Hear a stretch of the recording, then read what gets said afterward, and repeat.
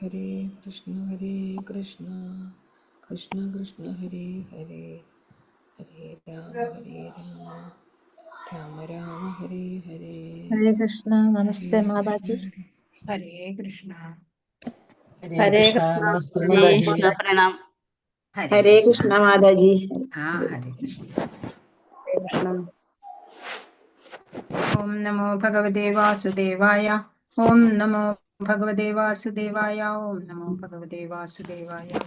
ഓം അജ്ഞാനതിമിരാന്തസ്യ ജ്ഞാനാഞ്ജനശലാകയാ ചക്ഷുരുന്മീലിതം യേന തസ്മൈ ശ്രീ ഗുരവേ നമഃ. ശ്രീചൈതന്യമനോഭീഷ്ടം സ്ഥാപിതം യേന ഭൂതലേ സ്വയം രൂപകഥാ മഹ്യം ദദാതി സ്വപദാന്തികം. വന്ദേഹം ശ്രീഗുരോ ശ്രീയുതപദകമലം ശ്രീഗുരൂൻ വൈഷ്ണവാംശ്ച ശ്രീരൂപം സാഗ്രജാതം സഹഗണ രഘുനാഥാന്വിതം തം സജീവം സാദ്വൈതം സാവധൂതം പരിജനസഹിതം കൃഷ്ണചൈതന്യദേവം ശ്രീരാധാകൃഷ്ണപാദാൻ സഹഗണ ലളിതാ ശ്രീവിശാഖാന്വിതാംശ്ച. ഹേ കൃഷ്ണ കരുണാ സിന്ധോ ദീനബന്ധോ ജഗത്പതേ ഗോപേശ ഗോപികാകാന്ത രാധാകാന്ത നമോസ്തുതേ. തപ്തകാഞ്ചന ഗൗരാംഗീ ശ്രീരാധേ വൃന്ദാവനേശ്വരി വൃഷഭാനുസുതേ ദേവി പ്രണമാമി ഹരിപ്രിയേ. ജയ ശ്രീകൃഷ്ണ ചൈതന്യ പ്രഭു നിത്യാനന്ദ ശ്രീ അദ്വൈത ഗദാധര ശ്രീവാസാദി ഗൗര ഭക്തവൃന്ദ. ഹരേ കൃഷ്ണ കൃഷ്ണ കൃഷ്ണ ഹരേ ഹരേ, ഹരേ രാമ രാമ രാമ ഹരേ ഹരേ. श्री श्री राधा गोविंद की जय. श्रील प्रभुपाद की जय. गुरु महाराज की जय. हरे कृष्णा. എല്ലാവർക്കും പ്രണാമം. ശ്രീ ശ്രീ രാധാ ഗോവിന്ദ് ടെമ്പിൾ ഇസ്കോൺ ബാംഗ്ലൂരിൽ നിന്നുള്ള ആ ഭഗവത്ഗീത പഠനം. ഹരേ കൃഷ്ണ. ഹരേ കൃഷ്ണ. എല്ലാവർക്കും സ്വാഗതം. ഇപ്പൊ നമ്മള് ഹരേ കൃഷ്ണ മാതാജി. ഹരേ ഹരേ കൃഷ്ണ. കൃഷ്ണ. നമ്മള് ഒന്നാമത്തെ സെക്ഷൻ പഠിച്ചു അല്ലെ. 6 അധ്യായങ്ങൾ നമ്മൾ പഠിച്ചു കഴിഞ്ഞു അല്ലെ. അപ്പോ ഒന്നാം അധ്യായത്തിൽ നമ്മൾ എന്താ കണ്ടത്? അർജുനന്റെ വിഷാദമാണ് കണ്ടത് അല്ലെ. ആ സൈന്യ വിന്യാസം അതൊക്കെ കാണിച്ചു തന്നു. പിന്നെ രണ്ടാമത്തേല് ഞാൻ ആരാണ് എന്നുള്ള ആ ആത്മതത്വമാണ് പഠിപ്പിച്ചത് അല്ലെ ഭഗവാൻ. പിന്നെ മൂന്നാമത്തേലോ എന്താ പറഞ്ഞു തന്നെ? പരമദിവ്യോത്തമ പുരുഷനായ ഭഗവാനുമായി കർമ്മമാർഗചര്യയിലൂടെ എങ്ങനെ ബന്ധപ്പെടാം എന്നാണ് നമുക്ക് പറഞ്ഞു തന്നത്. 4-ാം അധ്യായത്തില് അതീന്ദ്രിയമായ ജ്ഞാനം. ആരാണ് പരമദിവ്യോത്തമ പുരുഷൻ? ആളെ നമുക്ക് എങ്ങനെ മനസ്സിലാക്കാം? ഭഗവാനെയും ജീവാത്മാക്കളെയൊക്കെ കുറിച്ച് അവിടെ പറഞ്ഞു. 5-ാം അധ്യായത്തില് ജ്ഞാനം നേടി പരിശുദ്ധനായിട്ട് കർമ്മം യോഗമാക്കി ചെയ്ത് ശാന്തിയും പരമാനന്ദവും നേടാമെന്ന് കണ്ടു. 6-ാമത്തെ ധ്യാനയോഗം. അതിലെന്താണ് നമ്മൾ കണ്ടത്? കർമ്മയോഗം, ജ്ഞാനയോഗം, ഭക്തിയോഗം, ധ്യാനയോഗം, പലതരം യോഗങ്ങൾ പറഞ്ഞു. 4 ഭക്തിയോഗമാണ് അതിലെ വെച്ച് ശ്രേഷ്ഠമായത് എന്ന് ഭഗവാൻ പറഞ്ഞു തന്നു അല്ലെ. യോഗിനാം അപി സർവേഷാം മദ്ഗതേനാന്തരാത്മന ശ്രദ്ധാവാൻ ഭജതേ യോമാം സമേ യുക്തതമോ മത എന്നാണ്. ഭഗവാനിലെ പൂർണ്ണ വിശ്വാസത്തോടെ ഭക്തിയുടെ സേവനത്തിൽ ഏർപ്പെടുന്നവനാണ് ഉത്തമനായിട്ടുള്ള യോഗി എന്ന് ഭഗവാൻ പറഞ്ഞു തന്നു. ഇനി ഈ അധ്യായം 7-ാം അധ്യായം അവിടെ ജ്ഞാനവിജ്ഞാന യോഗം 30 ശ്ലോകങ്ങളാണുള്ളത്. ഈ അധ്യായത്തിൽ ഭൗതികവും ആധ്യാത്മികവുമായ എല്ലാത്തിൻ്റെയും പരമകാരണവും പരിപാലകനും ഭഗവാനാണ് എന്നുള്ള ആ കൃഷ്ണ തത്വമാണ് ഇവിടെ നമുക്ക് കാണാൻ സാധിക്കാം. ഭഗവാൻ ആരാണ്, അദ്ദേഹത്തിന്റെ ഐശ്വര്യങ്ങൾ എന്തെല്ലാമാണ് എന്നൊക്കെ പറയും. ഇപ്പോ ഭഗവാനെ കുറിച്ച് കേൾക്കണം അല്ലെ, കൂടുതൽ ശ്രവിക്കണം. അപ്പോഴാണ് നമുക്ക് ഭഗവാനെ കുറിച്ചിട്ട് ജ്ഞാനം ഉണ്ടാവുക. അതാണ് ഇവിടെ നമ്മൾ ഓരോ അധ്യായത്തിലൂടെ മനസ്സിലാക്കുന്നത്. പോകാം 7-ാം അധ്യായത്തിലേക്ക്.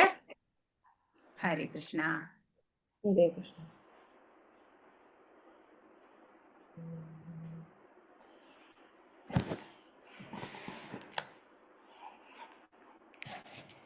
ഹരേ കൃഷ്ണ. 7-ാം അധ്യായം ജ്ഞാനവിജ്ഞാന യോഗം. അപ്പോ നമുക്കറിയില്ല ഈ ഭൗതിക ലോകം കാലം മുമ്പ് ഉണ്ടായതാണ്. നമുക്കറിയില്ല അല്ലെ. കോടാനുകോടി വർഷം മുമ്പായിരിക്കാം ഈ ഭൗതിക ലോകത്തിന്റെ ഉത്ഭവം അല്ലെ. ഭഗവാനിൽ നിന്നാണ് എല്ലാം വന്നത് എന്ന് പറഞ്ഞു. അപ്പൊ ഈ ഭൗതിക ലോകത്തിന്റെ യജമാനനെ നമുക്ക് എങ്ങനെയാ മനസ്സിലാക്കാൻ പറ്റുക? ഈ ഭൗതിക ലോകത്തിന്റെ യജമാനൻ ഭഗവാനാണ്, അതിന് തർക്കമില്ല. പക്ഷെ ആ ഭഗവാനെ നമ്മൾ എങ്ങനെയാ മനസ്സിലാക്കുക?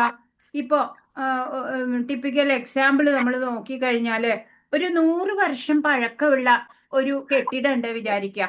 അതിന്റെ വേറെബൌട്ട്സ് അറിയാൻ എന്താ ചെയ്യുക? നമ്മള് രജിസ്ട്രാർ ഓഫീസിൽ പോകാം. എന്നിട്ടോ അവിടുത്തെ റെക്കോർഡ്സ് ഒക്കെ പരിശോധിച്ചിട്ട് നമുക്ക് കണ്ടുപിടിക്കാം, അതിന്റെ ഓണറെ കണ്ടുപിടിക്കാൻ പറ്റും. 500 വർഷം പഴക്കമുള്ളതാണെങ്കിലോ അതാരുടെ എങ്ങനെയാ അറിയാ?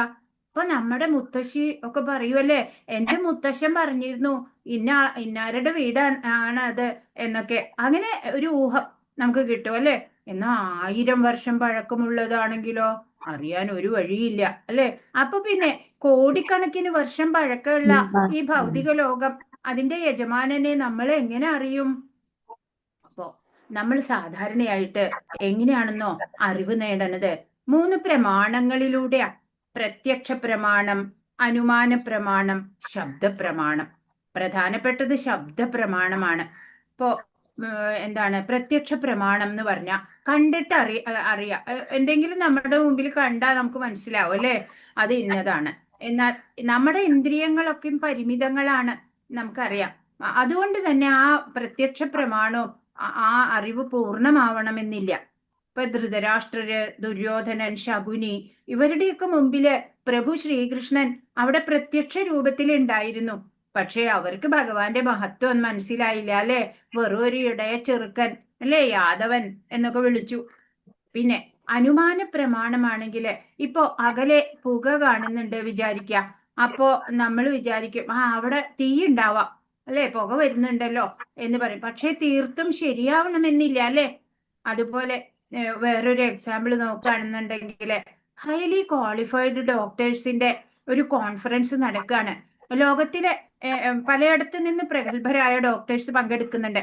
അങ്ങനെ മീറ്റിംഗ് ഒക്കെ കഴിഞ്ഞ് അവര് 4 പേര് കൂടി നിന്ന് സംഭാഷണം നടത്തിക്കൊണ്ടിരിക്കുമ്പോ അവരുടെ മുമ്പിൽ കൂടി ഒരാൾ ഇങ്ങനെ മൊടന്തി നടക്കുകയാണ്. ഉടനെ ന്യൂറോളജിസ്റ്റ് പറഞ്ഞു, അയാൾക്ക് ബ്രെയിനിലേക്കുള്ള നെർവിന് എന്തോ പ്രശ്നമാണ് പറഞ്ഞു. ഇപ്പൊ കാർഡിയോളജിസ്റ്റ് പറയാണ് ആൾക്ക് ഹാർട്ടിന് ഗുരുതര പ്രശ്നം വരാൻ പോകുന്നുണ്ട്.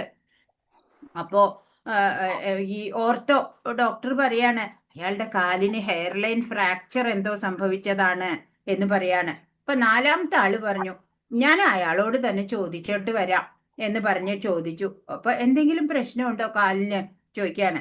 എന്റെ കാലിന് ഒരു പ്രശ്നമില്ല, എന്റെ സ്ലിപ്പറിന്റെ സ്ട്രാപ്പ് പൊട്ടിയിരിക്കുകയാണ് എന്ന് പറയണത്. അപ്പൊ പരമയോഗ്യരായിട്ടുള്ള ഡോക്ടർമാർ പോലും ഹൈപ്പോത്തിസിസിൽ പരാജയപ്പെടാണ് അല്ലെ. അനുമാനം എപ്പോഴും ശരിയാവണമെന്നില്ല. സ്വതവേ നമ്മൾ എങ്ങനെയാ, ടെൻഡൻസി ടു കമ്മിറ്റ് മിസ്റ്റേക്സ് ആണ് മനുഷ്യന്. എപ്പോഴും തെറ്റുകൾ പറ്റും അല്ലെ, മനുഷ്യർക്ക് അങ്ങനെയാ. ഇനി ശബ്ദ പ്രമാണം ആണെങ്കിലോ വൈദിക ശാസ്ത്രങ്ങളിൽ നിന്നൊക്കെ നമ്മൾ കേട്ടിട്ട് ഭഗവാനെ കുറിച്ച് അറിയാം. വേദങ്ങള് ശ്രുതികളാന്നാ പറയാ. അമ്മയ്ക്ക് തുല്യാണ് ശ്രുതി. ശ്രുതി മാതാവ് എന്നാ പറയാ. ഇപ്പൊ ഏതെങ്കിലും ഒരു കുഞ്ഞ് എന്റെ അച്ഛൻ ആരാണ് എന്ന് ചോദിച്ചാല് അമ്മയാണ് ആധികാരികമായിട്ട് അത് പറഞ്ഞു കൊടുക്കുക അല്ലെ. ഇപ്പൊ ഭഗവത്ഗീതയിലെ ഭഗവാൻ പറഞ്ഞു തരുന്നത് അതിനാലാണ്, എന്നിൽ നിന്നാണ് എല്ലാം ഉത്ഭവിച്ചത്. അല്ലാതെ ഭഗവാനെ കുറിച്ച് ഭഗവാൻ തന്നെ ഇങ്ങനെ മേനി നടിച്ച് പറയണതല്ല. പത്രാസ് കാണിക്കാന്നൊക്കെ പറയാം അല്ലെ. ഇപ്പോ അർജുനൻ ചോദിക്കുന്ന ചോദ്യങ്ങൾക്ക് ഭഗവാൻ തന്നെയാണ് അത് മറുപടി പറയാൻ ഉത്തരവാദി, അർഹതയുള്ള യോഗ്യനായിട്ടുള്ള ആള്. മറ്റൊരാൾക്കും ഭഗവാനെ കുറിച്ച് പറയാൻ സാധിക്കില്ല അല്ലേ. ഹരികൃഷ്ണ. 1ാമത്തെ ശ്ലോകം ഭഗവാൻ പറയും. ശ്രീ ഭഗവാനുവാച മയ്യാസക്തമനാ പാർത്ഥ യോഗം യുഞ്ജന്മദാശ്രയ അസംശയം സമഗ്രം മാം യഥാ ജ്ഞാസ്യസി തച്ഛൃണു. തച്ഛൃണു തത് ശൃണു, അത് കേൾക്കൂ എന്നാണ്. ഹരികൃഷ്ണ. ശ്രീ ഭഗവാൻ പറഞ്ഞു, ഹേ കുന്തിപുത്ര, എന്നെ കുറിച്ചുള്ള പൂർണ്ണബോധത്തോടെ എന്നിൽ ആസക്തമായ മനസ്സോടുകൂടി യോഗം പരിശീലിക്കുന്നത് കൊണ്ട് സംശയങ്ങൾ നീങ്ങി എന്നെ പൂർണ്ണമായി അറിയാൻ കഴിയുന്നത് എങ്ങനെയെന്ന് പറയാം, കേൾക്കൂ. അർജുനനോട് പറയാണ്, ഭഗവാനെ കുറിച്ചുള്ള ആ പൂർണ്ണബോധത്തോടെ ഭഗവാനിലെ മനസ്സ് ഊന്നിക്കൊണ്ട് യോഗം പരിശീലിക്കുന്നത് കൊണ്ട് എല്ലാ സംശയങ്ങളും നീങ്ങിയിട്ട് ഭഗവാനെ പൂർണ്ണമായിട്ടും മനസ്സിലാക്കാൻ സാധിക്കും. അതെങ്ങനെയാണ് എന്ന് ഞാൻ നിനക്ക് പറഞ്ഞു തരാം. തത് ശൃണു, അത് കേൾക്കൂ എന്ന്. തത് ശൃണു എന്ന് പറഞ്ഞാല് ഞാനിതാ പറയാം, അത് കേൾക്കൂ എന്നാണ് ഭഗവാൻ പറയുന്നത്. ഇപ്പൊ ഭഗവാനെ അറിയാൻ എന്തു വേണം? ആദ്യം ഭഗവാനെ കേൾക്കണം, അല്ലേ? ഇപ്പൊ നവധാ ഭക്തി സാധന നമ്മൾ ഇന്നലെ പറഞ്ഞു അല്ലേ? ശ്രവണമാണ് പ്രധാനം, ആദ്യത്തേത്. ഇപ്പൊ പ്രത്യക്ഷ പ്രമാണം എന്ന് പറഞ്ഞാല് ഇപ്പൊ നമ്മള് കാണാൻ പറ്റില്ല അല്ലെ? കൊറോണ, കോവിഡ് പാൻഡമിക് ഒക്കെ വന്നപ്പോഴ് നമ്മൾ വിശ്വസിക്കുകയാണ്, കാണാൻ സാധിക്കണില്ല അല്ലെ? അനുമാന പ്രമാണം, അതിന്റെ ഒരു ഉദാഹരണം പറയുകയാണെങ്കിൽ കുക്കറിനകത്ത് നമ്മൾ പയറൊക്കെ വേവിക്കാൻ വെച്ചു. ഇപ്പൊ നമ്മൾ വിസിൽ വരുമ്പോ പറയും, വെന്തിട്ടുണ്ടാവാം എന്ന് പറയും. പൂർണ്ണമായിട്ട് അറിവില്ല അല്ലെ? അപ്പോ ശബ്ദപ്രമാണാണെങ്കിലോ ആധികാരികമായിട്ടുള്ള സോഴ്സിൽ നിന്ന് നമ്മൾ കേൾക്കുക. ഇപ്പോ ഗർഭസ്ഥ ശിശുവിന് ആദ്യം ചെവിയാണത്രേ ആക്റ്റീവ് ആവുക. മരിക്കുമ്പോഴും അതുപോലെ തന്നെയാണെന്നാ പറയാ. ചെവിയാണത്രേ ഒടുക്കം ജഡമാവുന്നത്. അപ്പോ ഈ ചെവി ശ്രവണത്തിന് വളരെ പ്രാധാന്യമാണ് നമ്മളുടെ ജീവിതത്തില്. അപ്പോ എങ്ങനെ എന്നെ അനുഭവിച്ചറിയാം എന്ന് ഞാൻ പറയാം, കേൾക്കൂ, തത് ശൃണു എന്നാണ് ഭഗവാൻ പറയുന്നത്. വേറെ ഭാഗവതത്തിലെ വരികളാണ്. ശൃണ്വതാം സുഖതാം കൃഷ്ണ പുണ്യശ്രവണ കീർത്തന ഹൃദ്യന്തസ്ഥ ഹ്യഭദ്രാണി വിധുനോതി സുഹൃൽ സദാം നഷ്ടപ്രായേഷു ഭദ്രേഷു നിത്യം ഭാഗവത സേവയാ ഭഗവതി ഉത്തമ ശ്ലോകേ ഭക്തിർഭവതി നൈഷ്ഠികി. കൃഷ്ണനെ കുറിച്ച് വൈദിക സാഹിത്യത്തിൽ പറഞ്ഞിട്ടുള്ളത് കേൾക്കുന്നതും ഭഗവത്ഗീതയിലൂടെ നേരിട്ട് ഭഗവാന്റെ വാക്കുകൾ കേൾക്കുന്നതും തന്നെ ഒരു പുണ്യകർമ്മമത്രേ. എല്ലാവരുടെയും ഹൃദയത്തിൽ കുടികൊള്ളുന്ന ഭഗവാൻ കൃഷ്ണൻ തന്റെ കഥകൾ കേൾക്കുന്നവർക്ക് ഹിതകാരിയായ സുഹൃത്തിനെ പോലെ പ്രവർത്തിക്കുകയും നിരന്തരം കൃഷ്ണകഥാശ്രവണത്തിൽ ഏർപ്പെടുന്ന ആ ഭക്തനെ പവിത്രീകരിക്കുകയും ചെയ്യുന്നു. ഇപ്പൊ ഭഗവാന്റെ കീർത്തനങ്ങള്, കഥകള് ഒക്കെ കേൾക്കുന്നത് തന്നെ ഒരു പുണ്യ കർമ്മമാണ് എന്നാണ്. അങ്ങനെ കേൾക്കുന്നവരെ ഒക്കെ ഒരു സുഹൃത്തായിട്ട് ഭഗവാൻ നിരന്തരം അവരുടെ കൂടെ ഉണ്ടാവും. ഭക്തനെ പവിത്രീകരിക്കുകയും ചെയ്യും. അങ്ങനെ തന്നിൽ ഉറങ്ങിക്കിടന്നിരുന്ന അതീന്ദ്രിയ ജ്ഞാനം ഭക്തനിൽ തനിയെ വളർന്നു വരും. എല്ലാവരുടെ ഉള്ളിലും ഉണ്ട് അല്ലെ ദൈവികത, ആ കൃഷ്ണപ്രേമമുണ്ട്. അതിനെ കാമമാക്കാൻ നമ്മൾ അനുവദിക്കരുത്. ആ കൃഷ്ണപ്രേമത്തിനെ പ്രബലമാക്കി കൊണ്ടുവരണം അല്ലേ? ആ അതീന്ദ്രിയ ജ്ഞാനം ഭക്തനിൽ താനെ വളർന്നു വരും. തന്നിൽ ഉറങ്ങിക്കിടന്നിരുന്നതാണത്. മൂന്നാമത്തെ ശ്ലോകം. മനുഷ്യാണാം സഹസ്രേഷു കശ്ചിദ്യതതി സിദ്ധയേ യതതാമപി സിദ്ധാനാം കശ്ചിൻ മാം വേത്തി തത്വതാ. ആയിരക്കണക്കിന് ആളുകളിൽ ചിലപ്പോൾ ഒരാൾ പൂർണ്ണത നേടാൻ ഉദ്യമിച്ചേക്കാം. അങ്ങനെ പൂർണ്ണത നേടിയവരിലും ഒന്നിലേറെ പേർ എന്നെ തികച്ചും അറിയുന്നതുമില്ല. പറയാണ്, ആയിരക്കണക്കിന് പേര്, കോടിക്കണക്കിന് പേരുള്ളതില് ആയിരക്കണക്കിന് പേരാണ് ചിലപ്പോ ഈ പൂർണ്ണതയ്ക്കായിട്ട് മനുഷ്യന്റെ ആ ജീവിത ലക്ഷ്യം എന്തെന്ന് അറിഞ്ഞിട്ട് അതിനായിട്ട് പരിശ്രമിക്കുക. അങ്ങനെ ശ്രമിച്ചവരിൽ പോലും ഒന്നിലേറെ പേർ എന്നെ അറിയുന്നില്ല ശരിക്ക് എന്നാണ് ഭഗവാൻ പറയണത്. വളരെ വിരളമായ ആളുകൾ മാത്രമാണ് ഭഗവാനെ പൂർണ്ണമായിട്ടും മനസ്സിലാക്കുന്നുള്ളൂ എന്നാണ് പറയണത്. അതിനൊരു ഉദാഹരണമായിട്ട് ഇവിടെ പിക്ചർ കൊടുത്തിരിക്കുന്നത് മാരത്തോൺ ഓട്ടം നമ്മൾ കണ്ടിട്ടുണ്ട് അല്ലെ? ആ തുടക്കത്തില് ആയിരക്കണക്കിന് പേരുണ്ടാവും ഓടാൻ അല്ലെ? കുറെ നീണ്ട ഓട്ടമാണ് അല്ലെ? കുറെ സമയം നീണ്ടു നിൽക്കുന്ന ഓട്ടം. അങ്ങനെ കുറെ ചെല്ലുമ്പോ കുറെ പേരായിട്ട് ഇങ്ങനെ ഒഴിഞ്ഞൊഴിഞ്ഞു പോയിട്ട് ലാസ്റ്റ് ഫിനിഷിംഗ് പോയിന്റിൽ എത്താറാവുമ്പോ വിരലിൽ എണ്ണാവുന്ന ആള് മാത്രമേ ഉണ്ടാവുള്ളൂ മാരത്തൺ ഓട്ടം. അതുപോലെയാണ് ഇപ്പൊ നമ്മളിവിടെ ഭഗവത്ഗീത പഠിപ്പിക്കുന്നുണ്ട് എന്ന് പറയുമ്പോ രജിസ്റ്റർ ചെയ്യുന്നവര് എത്രയോ പേര് കാണുന്നുണ്ട്. പക്ഷെ അതിൽ രജിസ്റ്റർ ചെയ്യുന്നവര് വളരെ കുറച്ചാണ് അല്ലെ? അതിലും പഠിച്ച് കാര്യപ്രാപ്തിയിലേക്ക് വരുന്നവര് എത്രയോ ചുരുക്കമായിരിക്കും അല്ലെ? ചിലവര് കുറച്ചു ദിവസം വരും, പിന്നെ വരാണ്ടാവും. അങ്ങനെ അങ്ങനെ കൊഴിഞ്ഞു കൊഴിഞ്ഞു പോയിട്ട് അവസാനം എത്തുമ്പോ വിരലിൽ എണ്ണാവുന്ന ആളുകളാണ് ലെവൽ 2, 3 അങ്ങനെയൊക്കെ കയറി പഠിച്ചു പോകുന്നത്. അതുപോലെ അപ്പോ ആയിരക്കണക്കിന് ആളുകളാണ് ഭഗവാനെ അറിയാൻ ശ്രമിക്കും.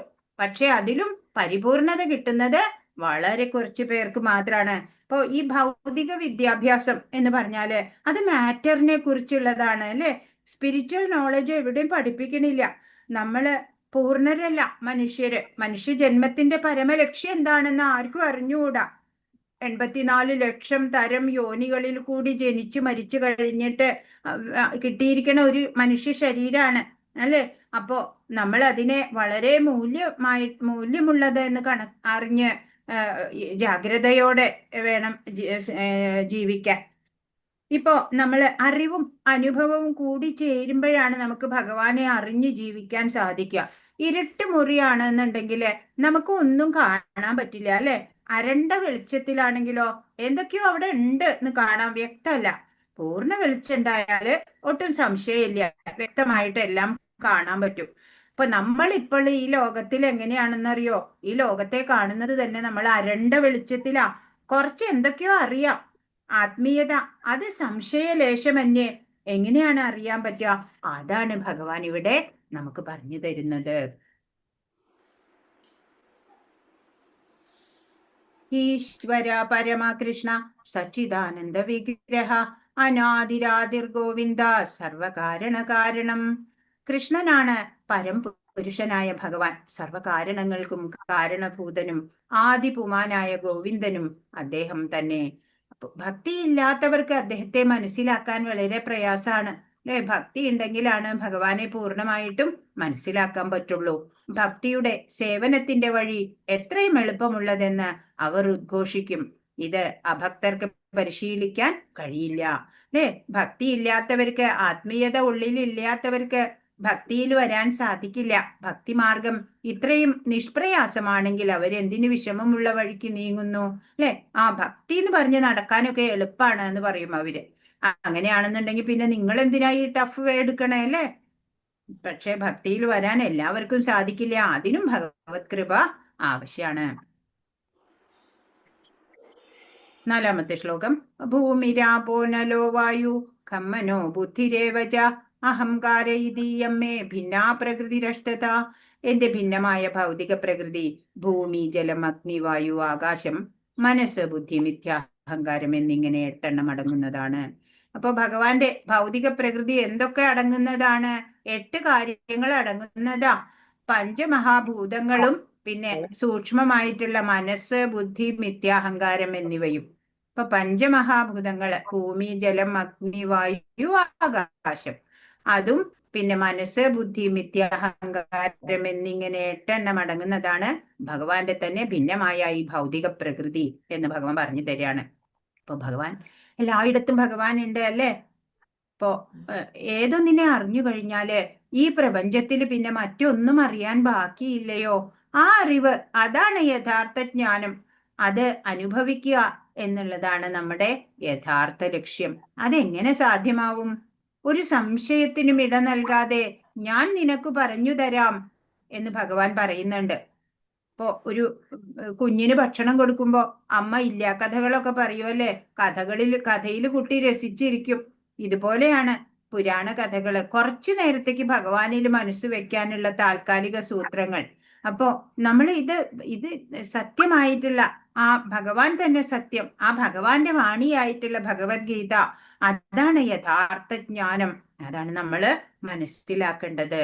ഇപ്പൊ എന്താ പറയണേ? ഭഗവാന്റെ ഭിന്ന പ്രകൃതി 8 അടങ്ങുന്നതാണ്. എന്തൊക്കെയാണത്? ഭൂമി, ജലം, അഗ്നി, വായു, ആകാശം എന്നുള്ള പഞ്ചമഹാഭൂതങ്ങളും മനസ്സ്, ബുദ്ധി, മിഥ്യാഹങ്കാരം എന്ന സൂക്ഷ്മ തന്മാത്രകളും കൂടിയതാണ് ഭൗതിക പ്രകൃതി. ഹരേ കൃഷ്ണ. 5-ാമത്തെ ശ്ലോകം. ആപരേയമിതസ്ത്വന്യാം പ്രകൃതിം വിദ്ധി മേ പരാം ഇവ ഭൂതാം മഹാബാഹോ യേദം ധാര്യതേ ജഗത്ത്.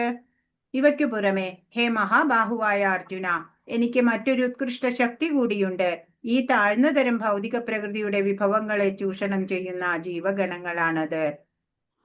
അപ്പോ ഭഗവാന്റെ ആ ഒരു ഉത്കൃഷ്ട ശക്തിയുണ്ട്. ഭഗവാന്റെ ഭൗതിക പ്രകൃതി, അതായത് ഭഗവാന്റെ ബഹിരംഗ ശക്തിയായിട്ടുള്ള ഭൗതിക പ്രകൃതി, അത് അഷ്ടധ പ്രകൃതിയാണ്. 8 അടങ്ങുന്നത് നമ്മൾ കണ്ടു. ഇനി അത് കൂടാതെ ഭഗവാൻ ഒരു ഉത്കൃഷ്ട ശക്തിയുണ്ട്, അന്തരംഗ ശക്തി ആയിട്ടുള്ള, തടസ്ഥ ശക്തി ആയിട്ടുള്ള. അത് താഴ്ന്ന തരം ഭൗതിക പ്രകൃതി. ഭൗതിക പ്രകൃതി താഴ്ന്നതാണ്, ബഹിരംഗ ശക്തിയാണ്. അതിന്റെ വിഭവങ്ങളെ ചൂഷണം ചെയ്യുന്ന ജീവഗണങ്ങളുണ്ട്. അത് ഭഗവാന്റെ ഉത്കൃഷ്ട ശക്തിയാണ്. അതാരാ? നമ്മളൊക്കെ തന്നെ. ഈ ജീവഗണങ്ങൾ എന്ന് പറയുമ്പോൾ ഈ 84 ലക്ഷം തരം യോനിയിൽപ്പെട്ട ജീവജാലങ്ങളൊക്കെയും തന്നെ ഭഗവാന്റെ ഒരു ഉത്കൃഷ്ട ശക്തിയിലാണ് വരുന്നത്. ആ ജീവജാലങ്ങൾ ഭൗതിക പ്രകൃതിയെ ചൂഷണം ചെയ്യാൻ ശ്രമിക്കുന്നുണ്ട് അല്ലേ? അങ്ങനെയുള്ള ആ ജീവഗണങ്ങള് ഭഗവാന്റെ ഉത്കൃഷ്ട ശക്തിയാണ്. പഞ്ചഭൂതങ്ങളും മനസ്സ്, ബുദ്ധി, മിഥ്യാഹങ്കാരം കൂടിയത് ഭിന്ന പ്രകൃതി. ഉത്കൃഷ്ട ശക്തിയോ ആത്മാവ്. നമ്മൾ ഭഗവാന്റെ അംശമാണ്. നമുക്കറിയാം, കടലും കടലിലെ ഒരു തുള്ളി ജലവും പോലെ. ഭൗതിക ബന്ധനത്തെ വിച്ഛേദിക്കാൻ നമുക്ക് ശക്തിയുണ്ട്. നാം അതിന് ശ്രമിക്കുകയേ വേണ്ടൂ. ഇപ്പൊ ഭഗവാനാണ് എല്ലാത്തിന്റെയും നിയന്താവ്. ജീവസത്തകളോ ഭഗവാന്റെ അധീനരാണ്. ഭഗവത്ഗീതയുടെ ദൃഷ്ടിയില് ജീവസത്ത കൃഷ്ണന്റെ വിവിധ ശക്തികളിൽ ഒന്ന് മാത്രമാണ് എന്നാണ് ഭഗവാൻ ഇവിടെ പറയുന്നത്. ഹരേ കൃഷ്ണ. അപ്പോ ഭഗവാന്റെ ഉത്കൃഷ്ട ശക്തിയാണ് ജീവഗണങ്ങൾ. 7ാമത്തെ ശ്ലോകം. മത്ത പരതരം നാന്യത് കിഞ്ചിദസ്തി ധനഞ്ജയ മയി സർവമിതം പ്രോതം സൂത്രേ മണിഗണായിവ. പ്രധാനപ്പെട്ട ഒരു ശ്ലോകാണിത്. 7ാമത്തെ ശ്ലോകം. ഹേ ധനഞ്ജയ, എന്നേക്കാൾ ശ്രേഷ്ഠമായ ഒരു സത്യമില്ല. മുത്തുകൾ നൂലിന്മേൽ എന്ന പോലെ സർവവും എന്നിൽ ഇണക്കി കോർക്കപ്പെട്ടിരിക്കുന്നു. മുത്തുകൾ ഇങ്ങനെ ഒരു ചരടില് കോർത്ത് വെച്ച ഒരു മാലയാവും അല്ലെ? അതുപോലെ ഭഗവാൻ എന്നുള്ള സത്യം ഉണ്ടല്ലോ, സർവത്തും ആ ഭഗവാനാകുന്ന ചരടില് ഇണക്കി കോർത്തു വെച്ചിരിക്കുകയാണ്. ഇപ്പോ ഭഗവാൻ കാരണോദകശായി billions and billions of universe ആണ് വന്നുകൊണ്ടിരിക്കുന്നത്. അനേകം പ്രപഞ്ചം വന്നുകൊണ്ടിരിക്കുകയാണ്. അതിനെല്ലാം വേണ്ട രീതിയിൽ ഇണക്കി കോർത്ത് ശരിയായ സ്ഥാനത്ത് സെറ്റാക്കി വെക്കുന്നത് ആരാണ്? ഭഗവാനാണ്.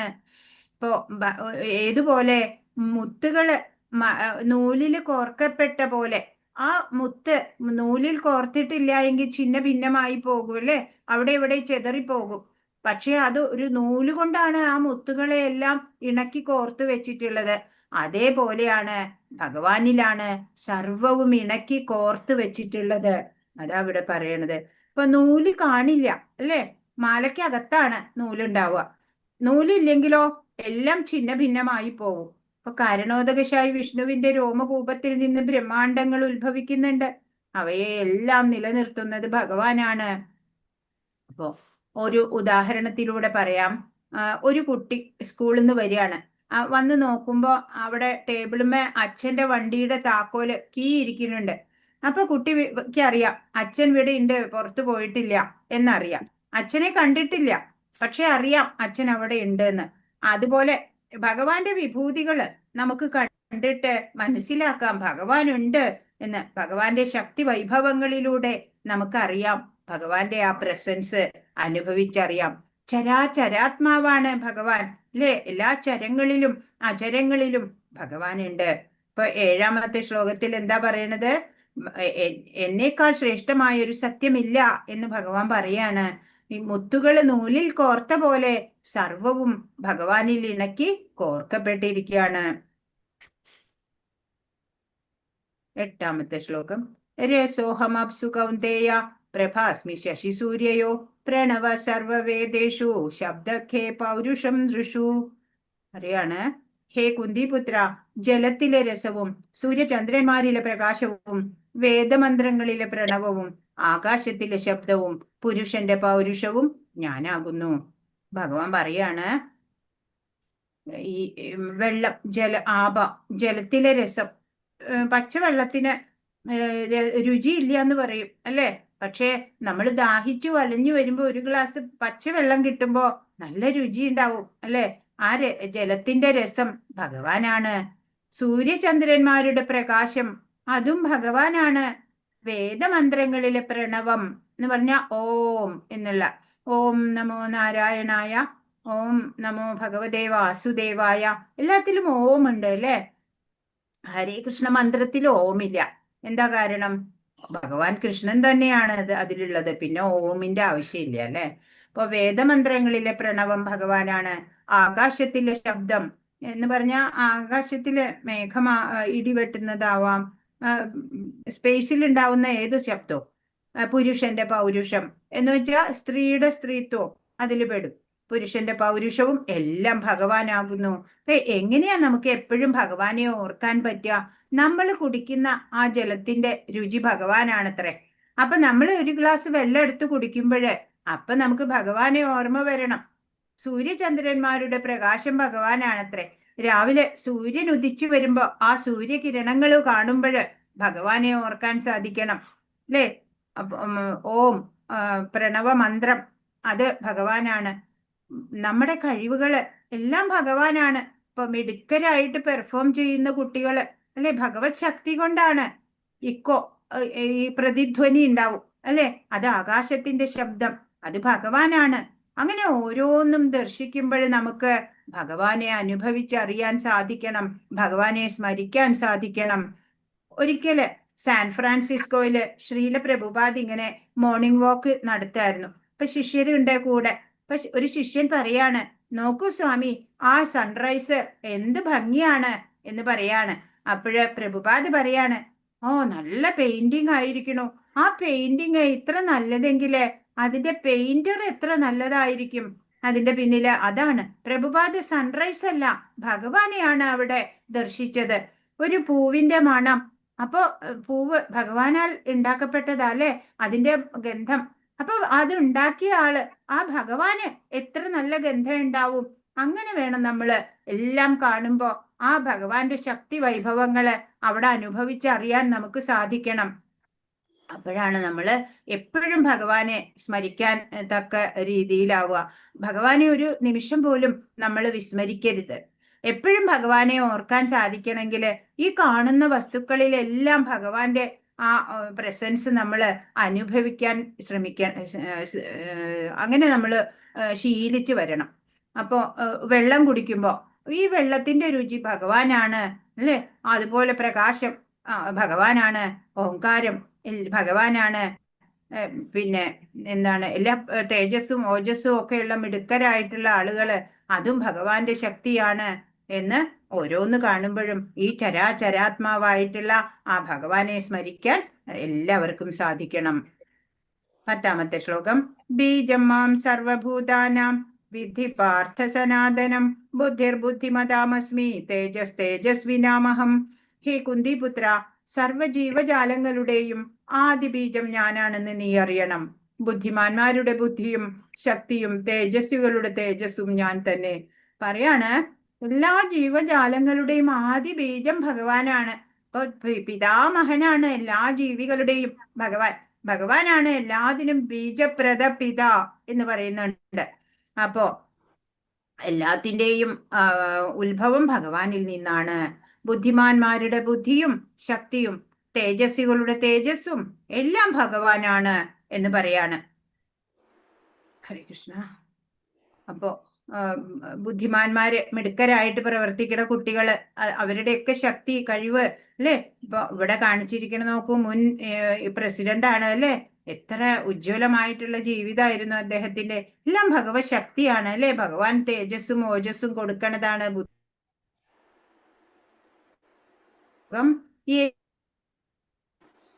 രാജസാസ്താമസാശ്ചയേ മത്ത ഏവേഹം തേഷു തേമയി. സാത്വികങ്ങളും രാജസങ്ങളും താമസങ്ങളുമായ എല്ലാ അവസ്ഥകളും എന്റെ ശക്തിയുടെ ബഹിസ്ഫുരണങ്ങളാണ്. ഇപ്പൊ എല്ലാ അവസ്ഥകളും സാത്വികാവസ്ഥ, രാജസം, ത്രിഗുണങ്ങള് നമ്മൾ പഠിച്ചു അല്ലെ. 3 ഗുണങ്ങളുടെ അവസ്ഥ എല്ലാം ഭഗവാന്റെ ശക്തിയുടെ ബഹിസ്ഫുരണങ്ങളാണ്. ഒരർത്ഥത്തിൽ അവയൊക്കെ ഭഗവാൻ തന്നെയാണ്. എങ്കിലും ഭഗവാൻ അവയ്ക്ക് അധീനനല്ല. ഭഗവാൻ ഭൗതിക ഗുണങ്ങൾക്ക് അധീനനല്ല, മറിച്ച് അവയെല്ലാം ഭഗവാനിൽ നിലകൊള്ളുന്നു എന്ന് മാത്രം. അപ്പൊ ഭൗതിക പ്രകൃതി ഗുണങ്ങളും ഭഗവാന്റെ ശക്തി തന്നെയാണ്. ജയിലില് കള്ളന്മാരൊക്കെ ഉണ്ടാവും അല്ലെ. പ്രധാനമന്ത്രി ഇടയ്ക്ക് വിസിറ്റ് ചെയ്യാറുണ്ട്. ഇപ്പൊ പ്രധാനമന്ത്രി കള്ളനായതുകൊണ്ടല്ല ജയിൽ വിസിറ്റ് ചെയ്യുന്നത് അല്ലെ. എല്ലാറ്റിന്റെയും കൺട്രോളർ ആണ്. അതുപോലെ ഭഗവാൻ ഇവിടെ എല്ലാം കൺട്രോൾ ചെയ്യുന്നു അല്ലെ. ഭഗവാൻ ഇതിലൊന്നും ബന്ധമില്ല. അപ്പോ നമ്മൾ എന്താ ചെയ്യേണ്ടത്? ഭഗവാനിൽ ഫോക്കസ് ചെയ്യാൻ സാധിക്കണം. നമുക്ക് ഓരോ സംഗതികൾ നമ്മൾ രാവിലെ മുതൽ ഓരോന്ന് എടുക്കുമ്പോൾ അതിലൊക്കെയും നമുക്ക് ഭഗവാന്റെ പ്രസൻസ് ഫീൽ ചെയ്യാൻ സാധിക്കണം. പിന്നെ നാമജപം ചെയ്യാം അല്ലെ. ഈ ഹിരണ്യകശിപുവിന് പ്രഹ്ലാദൻ എന്നുള്ള ഒരു ഭക്തനായ പുത്രൻ ഉണ്ടായി അല്ലെ, അസുരന്. അതും ഒരു ഭഗവത് ശക്തി തന്നെയാണ് അല്ലെ. അതൊക്കെ അങ്ങനെ നമ്മൾ ഓരോന്നും കാണുമ്പോൾ ആ ഭഗവാന്റെ ശക്തിയെ കുറിച്ച് മനസ്സിലാക്കണം. 14ാമത്തെ ശ്ലോകം. ദൈവീഹേഷാ ഗുണമയി മമ മായാ ദുരത്യയാ മാമേവയേ പ്രപദ്യന്തേ മായാമേതാം തരന്തി തേ. 3 പ്രകൃതി ഗുണങ്ങൾ അടങ്ങിയ എന്റെ ദിവ്യശക്തിയെ അതിജീവിക്കുക എളുപ്പമല്ല. എന്നാൽ എനിക്കായി സ്വയം സമർപ്പിക്കുന്നവർക്ക് അത് നിഷ്പ്രയാസം സാധിക്കും. പറയാണ്, ഭഗവാന്റെ തന്നെ 3 പ്രകൃതി ഗുണങ്ങളുണ്ട്. ആ ശക്തി, ആ ഗുണങ്ങളെയൊക്കെ അതിജീവിക്കാൻ എളുപ്പമല്ല, വിഷമാണ്. എന്നാലോ എങ്ങനെയാ അതിനൊരു മാർഗമുണ്ട് അതിജീവിക്കാൻ. എന്താ മാർഗം? ഭഗവാന് വേണ്ടി സ്വയം സമർപ്പിതരാവുക. അങ്ങനെ ചെയ്യുമ്പോൾ നിഷ്പ്രയാസം ആ ഗുണങ്ങളെയൊക്കെ അതിജീവിക്കാം. അതിനൊരു എക്സാമ്പിൾ പറയാം. എന്താണെങ്കിൽ ഈ ത്രിഗുണങ്ങളുടെ പ്രഭാവത്താൽ വ്യക്തി തന്റെ യഥാർത്ഥ രൂപം തന്നെ മറന്നു പോവാണ്. ഇപ്പൊ ഭഗവാന്റെ ദിവ്യ ശക്തിയാണ് ഇതൊക്കെ. അതിനെ മറികടക്കുക എന്നുള്ളത് എളുപ്പമായിട്ടുള്ള കാര്യമല്ല. ജീവാത്മാവിന്റെ മൗലികമായ ദിവ്യ പ്രഭാവം ഉണ്ടല്ലോ, ഈ ത്രിഗുണങ്ങളാലെ മായയാലെ ഒക്കെ മൂടപ്പെട്ടിരിക്കുകയാണ്. അപ്പൊ ഈ മായ എന്ന് പറയുന്നത് അസത്യമാണ്, ക്ഷണികമാണ്. എന്നാൽ അതിന് പിന്നില് ഉള്ള പരമോന്നതനായ കാലക്കാരനുണ്ടല്ലോ, പ്രഭു ശ്രീകൃഷ്ണൻ, സർവനിയന്താവും സർവേശ്വരനുമായിട്ടുള്ള ഭഗവാനാണ് ആ മായയുടെയും ത്രിഗുണങ്ങളുടെയും ഒക്കെ പുറകിലുള്ളത്. അപ്പൊ ഈ മായ, അതിനെ എങ്ങനെ നമുക്ക് ജയിക്കാം എന്നാണെങ്കിൽ, ഇപ്പോ അടുത്ത വീട്ടില് ഒരു നായുണ്ട്. അപ്പൊ നമുക്ക് അവിടെ ഒരു ആവശ്യത്തിന് അടുത്ത വീട്ടിൽ പോകണം. നമ്മൾ അവിടേക്ക് ചെല്ലുമ്പോ ഈ നായ കുറച്ച് വരുമല്ലേ, നമ്മളെ ഇപ്പൊ കടിക്കുമെന്ന് വിചാരിക്കും. പക്ഷെ അതിന്റെ ഉടമസ്ഥൻ വന്നിട്ട് മാറി നിൽക്ക് എന്ന് പറയുമ്പോ നായ പിന്നെ നമ്മളെ ഉപദ്രവിക്കില്ല. അതുപോലെയാണ് ഈ ഭഗവാനിൽ നിന്നുള്ള ഈ ത്രിഗുണങ്ങളുടെ പ്രഭാവം, മായ, ഇതൊക്കെ ഭഗവാനെ ശരണം പ്രാപിക്കുക വഴി അതിൽ നിന്നൊക്കെ നമുക്ക് മോചനം ലഭിക്കും എന്നാണ്. ഹരേ കൃഷ്ണ. ഇവിടെ നോക്കൂ, പിക്ചറില് ഇവിടെ ഭവസാഗരത്തില് മുങ്ങിത്താഴാണ് ഒരാള് അല്ലേ. നമ്മളാണ് ഇതാണ് നമ്മൾ ഇങ്ങനെ ഈ ജനന മരണ ചക്രം, ഈ സംസാര സാഗരേ മഗ്നം എന്ന് പറയൂലേ, സംസാര സാഗരത്തിൽ ഇങ്ങനെ മുങ്ങിത്താണോണ്ടിരിക്കുകയാണ് നമ്മള്. എന്തേ വേണ്ടു? നമ്മള് ഭഗവത് സ്മരണ വേണം. അപ്പോ ഭഗവാനെ സ്മരിക്കുമ്പോ ആ ഒരു ഭക്തൻ ഭഗവാനെ കരഞ്ഞു വിളിക്കുക, ദീനം മാം കരുണാനിധേ അല്ലെ. ദീനം നമ്മൾ വിളിക്കണം ഭഗവാനെ. അപ്പൊ ഭഗവാൻ ഗരുഡാരൂഢനായിട്ട് വന്ന് നമ്മളെ രക്ഷിക്കുന്നതാണ് അല്ലെ. ഭവസാഗരത്തിൽ താഴോണ്ടിരിക്കണ നമ്മളാ ഈ കാണിച്ചിട്ടുള്ളത്. അപ്പോ നമ്മൾ ഭഗവാനെ സ്മരിക്കും ആണെങ്കിൽ നമുക്ക് ഈ ഭവസാഗരം എളുപ്പത്തിൽ തരണം ചെയ്ത് രക്ഷപ്പെടാൻ പറ്റും. 5ാമത്തെ ശ്ലോകം. നമാം ദുഷ്കൃതിനോ മൂഢ പ്രപദ്യന്തേ നരാധമാ മായയാ ബഹൃതജ്ഞാന ആസുരം ഭാവമാശ്രിത. ദുഷ്കൃതരായ മൂഢന്മാരും മനുഷ്യാധമന്മാരും മായയാൽ അപഹരിക്കപ്പെട്ട ജ്ഞാനത്തോടു കൂടിയവരും നീശ്വരരുമായ എന്നെ ശരണം പ്രാപിക്കുന്നില്ല, മായവർ എന്നാണ്. അപ്പോ 4 കൂട്ടര് ഭഗവാനെ ആശ്രയിക്കാത്ത ടൈപ്പ് ആൾക്കാരാണത്രേ. ആരൊക്കെയാണത്? ദുഷ്കൃതരായ മൂഢന്മാര് ഭഗവാനെ ഒരിക്കലും ആശ്രയിക്കില്ല. മനുഷ്യ അധമന്മാര്, അധമ പ്രവൃത്തിയൊക്കെ ചെയ്യുന്ന ആൾക്കാര് ഭഗവാനെ ആശ്രയിക്കണില്ല. പിന്നെയോ മായയാൽ അപഹരിക്കപ്പെട്ട ജ്ഞാനത്തോടു കൂടിയവര്, അവരുടെ ബുദ്ധിയൊക്കെ മായ കൊണ്ട് മൂടിപ്പോയി, അവര് ഭഗവാനെ ആശ്രയിക്കില്ല. പിന്നെ നിരീശ്വരര്, അങ്ങനെയുള്ള 4 കൂട്ടര് ഭഗവാനെ ആശ്രയിക്കില്ല ഒരിക്കലും, ഭഗവാനെ ശരണം പ്രാപിക്കില്ല. ദുഷ്കൃതരായ മൂഢന്മാരാരാണ്? ഭാരം ചുമക്കുന്ന മൃഗങ്ങളെ പോലെയാ അവര്. പ്രയത്നത്തിന്റെ ഫലം സ്വയം അനുഭവിക്കും. ഭഗവാന് വേണ്ടി അത് സമർപ്പിക്കാനൊന്നും അവര് തയ്യാറല്ല. ഇതിനുള്ള മികച്ച ഉദാഹരണം കഴുതയാണ്. ഒരുപാട് ജോലി എടുപ്പിക്കുമല്ലേ കഴുതയെ കൊണ്ട്. അവസാനം കുറച്ച് പുല്ലും വെള്ളവും കൊടുക്കും. ഈ പണി എടുത്തില്ലെങ്കിലും പുല്ലും വെള്ളമൊക്കെ അവിടെ ഉണ്ട്, കിട്ടുമല്ലേ. അതറിഞ്ഞൂടാ കഴുതയ്ക്ക്. നരാധമന്മാർ, നരൻ എന്നാൽ മനുഷ്യൻ, അധമൻ ഏറെ താണവനും. ഭഗവത്ഗീത ശ്രവണം കൊണ്ട് നരാധമന്മാർക്ക് പോലും മുക്തി നേടാം. പക്ഷേ നിർഭാഗ്യവശാൽ ഇത് കേൾക്കാൻ പോലും അവർ വിസമ്മതിക്കുന്നു അല്ലെ. അങ്ങനെയുള്ള ആ നരാധമന്മാരായവർക്ക് ആത്മീയ ചിന്ത പോലും ഉണ്ടാവില്ല. ദുഷ്കൃതികൾ പറഞ്ഞാല് മായയാൽ അപഹരിക്കപ്പെട്ട ജ്ഞാനത്തോടു കൂടിയവരാണ്. മായികമായ ഭൗതിക ശക്തിയാൽ അവരുടെ ആർജിത ജ്ഞാനമെല്ലാം നഷ്ടപ്പെട്ടിരിക്കുന്നു. മായ കൊണ്ടും ത്രിഗുണങ്ങൾ കൊണ്ടും അവരെ ആർജിച്ച ജ്ഞാനമൊക്കെ നഷ്ടപ്പെട്ടു പോയിരിക്കുന്നു. മായാശക്തി അവരെ വഴിതെറ്റിക്കുകയാൽ അവർ ഭഗവാനെ അനുസരിക്കാതിരിക്കുകയും ചെയ്യുന്നു. ഭഗവാനോ, എന്ത് ഭഗവാനെയൊക്കെ അനുസരിക്കാൻ, അതിന്റെ ഒന്നും ആവശ്യമില്ല എന്ന് പറയും അവര്. ആസുര സ്വഭാവികൾ അഥവാ ആസുരം ഭാവമാശ്രിതർ ആണ് നാലാമത്തെ ദുഷ്കൃതികൾ. ഇവർ തികച്ചും നാസ്തികരാണ്. ഒട്ടും വിശ്വാസം ഉണ്ടാവില്ല ഭഗവാനില്. അങ്ങനെയുള്ള 4 കൂട്ടര് ഭഗവാനെ ആശ്രയിക്കില്ല. ദുഷ്കൃതികളാണ് അവര്.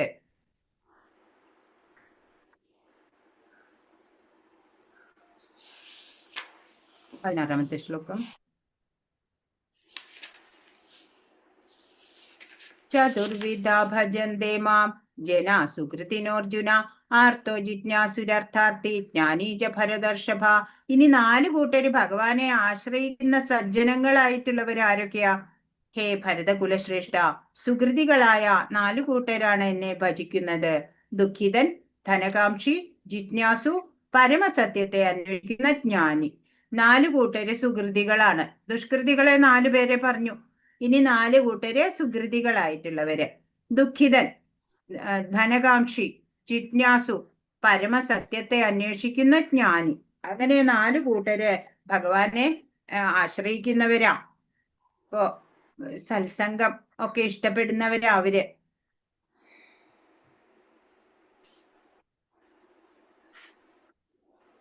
ഇപ്പോ ഇവിടെ കഥ കൊടുത്തിട്ടുണ്ട്. ഇവിടെ കാണുന്നത് ഗജേന്ദ്രന്റെ കഥയാണ്. ഗജേന്ദ്ര മോക്ഷം ശ്രീമദ് ഭാഗവതത്തിലെ സന്ദർഭമാണ്. ഇപ്പോ ഗജേന്ദ്രൻ കാലില് സരസിലിറങ്ങി കുളിക്കുമ്പോഴ് കാലില് മുതല പിടിച്ചു അല്ലെ. മുതല പിടിച്ചു, പിടിവിടുന്നില്ല. അനേകം സംവത്സരം അവിടെ കിടക്കേണ്ടി വന്നു. അവസാനം ഭഗവാനിലെ ദീനം അല്ലെ, ദീനം മാം കരുണാനിധേ, ആ ഭഗവാനെ വിളിച്ചു. ഭഗവാൻ ഗരുഡാരൂഢനായി വന്നിട്ട് രക്ഷിക്കുന്നുണ്ട് അല്ലെ. ദുഃഖിതനാണ്. ഇത് ദുഃഖിതൻ എക്സാമ്പിൾ ആയിട്ട് പറയാം അല്ലെ. ദുഃഖിതൻ. അപ്പോ ദുഃഖിതൻ എന്ന് പറഞ്ഞാൽ ഓരോ ആവശ്യങ്ങൾ വരുമ്പോ അല്ലെ, ഒരു വിഷമം വരുമ്പോ ഭഗവാനെ ആശ്രയിക്കുന്നവരാണ് ദുഃഖിതൻ. എന്നാ ധനകാംക്ഷി എന്ന് പറഞ്ഞാൽ ഓരോ വിത്തമൊക്കെ ആഗ്രഹിച്ച് എനിക്ക് ജോലി വേണം, എനിക്ക് വീട് അങ്ങനെയൊക്കെ ആഗ്രഹിക്കുന്ന അവരും ഭക്തൻ തന്നെയാണ്, ഭഗവാനെ ആശ്രയിക്കുന്നവരാ. പിന്നെ ജിജ്ഞാസുക്കള്, ഭഗവാനെ കുറിച്ച് അറിയണം എന്ന് ആഗ്രഹിക്കുന്നവരാ ജിജ്ഞാസുക്കള്. പിന്നെ പരമസത്യത്തെ അന്വേഷിക്കുന്ന ജ്ഞാനിയോ, ആ ജ്ഞാനിക്ക് ഭഗവാനെയൊക്കെ അറിയാം, പക്ഷെ ഭഗവാനെ അനുഭവിച്ചറിയണം. അതിനുള്ള അന്വേഷണമാണ് ആ പരമസത്യത്തെ അന്വേഷിച്ച് അനുഭവിക്കാൻ. ആ ജ്ഞാനമുണ്ട്. ആ ജ്ഞാനം വിജ്ഞാനമാക്കി മാറ്റാൻ. ഇപ്പൊ ജ്ഞാനം എങ്ങനെയാ വിജ്ഞാനമാക്കി മാറ്റുന്നത്? ഇപ്പൊ പഞ്ചസാര മധുരമുള്ളതാണ് എന്നുള്ളത് ജ്ഞാനമാണ്. അത് വായിലിട്ട് നോക്കുമ്പോൾ, രുചിച്ചറിയുമ്പോൾ അത് വിജ്ഞാനമായി മാറും. അതാണ്. അതുപോലെ ഈ ജ്ഞാനി അങ്ങനെയാണ്. പരമസത്യത്തെ അറിയാം, പക്ഷെ അതിനെ അന്വേഷിച്ച് കണ്ടെത്തി അനുഭവിക്കാൻ ജ്ഞാനി ശ്രമിക്കും. അങ്ങനെ 4 കൂട്ടരാണ് ഭക്തര്, സുകൃതികള്. അപ്പൊ ഇവിടെ ദുഃഖിതന്റെ കഥയാണ് ഈ ഗജേന്ദ്ര മോക്ഷം പറയണത്. ഇവിടെ ദ്രൗപദിയുടെ വസ്ത്രാക്ഷേപ സന്ദർഭമാണ് ഇവിടെ കൊടുത്തിട്ടുള്ളത്. നമുക്കറിയാം, ആ ദ്രൗപദിയും ദുഃഖിതയായിട്ട് തന്നെയല്ലേ ഭഗവാനെ വിളിച്ചു. അന്തര്യാമി ആദ്യം ദ്വാരകാനാഥ എന്ന് വിളിച്ചു. അപ്പൊ ഭഗവാൻ വന്നില്ല അല്ലെ, ദ്വാരകയിലല്ലേ. പിന്നെ ആ അന്തരംഗത്തിലുള്ള ആ ഭഗവാനെ തന്നെ ആശ്രയിച്ചപ്പോ ഭഗവാൻ വന്നു. പിന്നെ ഇവിടെ എന്താണെങ്കിൽ ശുഗബ്രഹ്മർഷി, നമ്മൾക്കറിയാം ഭാഗവതം ശ്രീ വ്യാസദേവരുടെ മകനായിട്ടുള്ള പരീക്ഷിത്ത് രാജാവിന് ഭാഗവതം പറഞ്ഞു കൊടുത്ത ശുഗബ്രഹ്മർഷി 16 വയസ്സ് ഉള്ള ആത്മജ്ഞാനിയായിട്ടുള്ള. അപ്പോ വാടിക എന്നാണ് അദ്ദേഹത്തിന്റെ അമ്മയാണ് ഇത്. ആ വാടികാദേവിയുടെ ഗർഭത്തില് 16 വർഷം കിടന്നു എന്നാ പറയണേ ശ്രീ ശുഗൻ. അങ്ങനെ പുറത്തു വരുന്നില്ല. എന്താ കാരണം? മായ പിടികൂടും അത്രേ. അതുകൊണ്ട് പുറത്തു വന്നില്ല. അപ്പോള് ഭഗവാൻ തന്നെ നേരിട്ട് വന്ന് പറഞ്ഞു, പുറത്തു വന്നോളൂ, മായ പിടികൂടില്ല എന്ന് പറയാണ്. അതാണ് ഇവിടെ സന്ദർഭം. ഇവിടെ എന്താണ്? ജ്ഞാനിയാണ് അദ്ദേഹം. അതാണ്.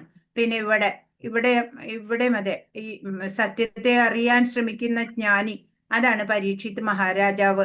7 ദിവസം മാത്രാണ് ഇനി, തക്ഷകൻ കടിച്ചപ്പോ 7 ദിവസമേ ഇനി ആയുസുള്ളൂ എന്ന് മനസ്സിലാക്കി എല്ലാം ഉപേക്ഷിച്ച് അല്ലെ പ്രായോപവേശം ചെയ്തു, ഗംഗാതീരത്ത് പോയി. അവിടെ ശ്രീശുക ബ്രഹ്മർഷി വന്നു, ഭാഗവതം പറഞ്ഞു കൊടുത്തു അല്ലെ. അങ്ങനെ പൂർണ്ണ ജ്ഞാനത്താലെ ഒരു ഭയവും ഇല്ല, മരണഭയവും ഒന്നും ഇല്ലാതായി. അതാണ് ഇവിടെ കൊടുത്തിട്ടുള്ളത്. പിന്നെ ഇവിടെ എന്താണ്, ഇവിടെ ധ്രുവനാണ്. ധ്രുവൻ കാമ്യകവനത്തില് അല്ലെ അച്ഛന്റെ മടിയിൽ ഇരുന്നപ്പോ രണ്ടാനമ്മ വഴക്ക് പറഞ്ഞു. അങ്ങനെ പോവാണ്, അച്ഛനേക്കാ വലിയ സ്ഥാനം കിട്ടണം, അതിന് ഭഗവാനെ കാണണം എന്ന് പറഞ്ഞു പോകുമ്പോഴ് നാരദ മഹർഷി കാണും. എന്നിട്ട് മന്ത്രമൊക്കെ പറഞ്ഞു കൊടുക്കും.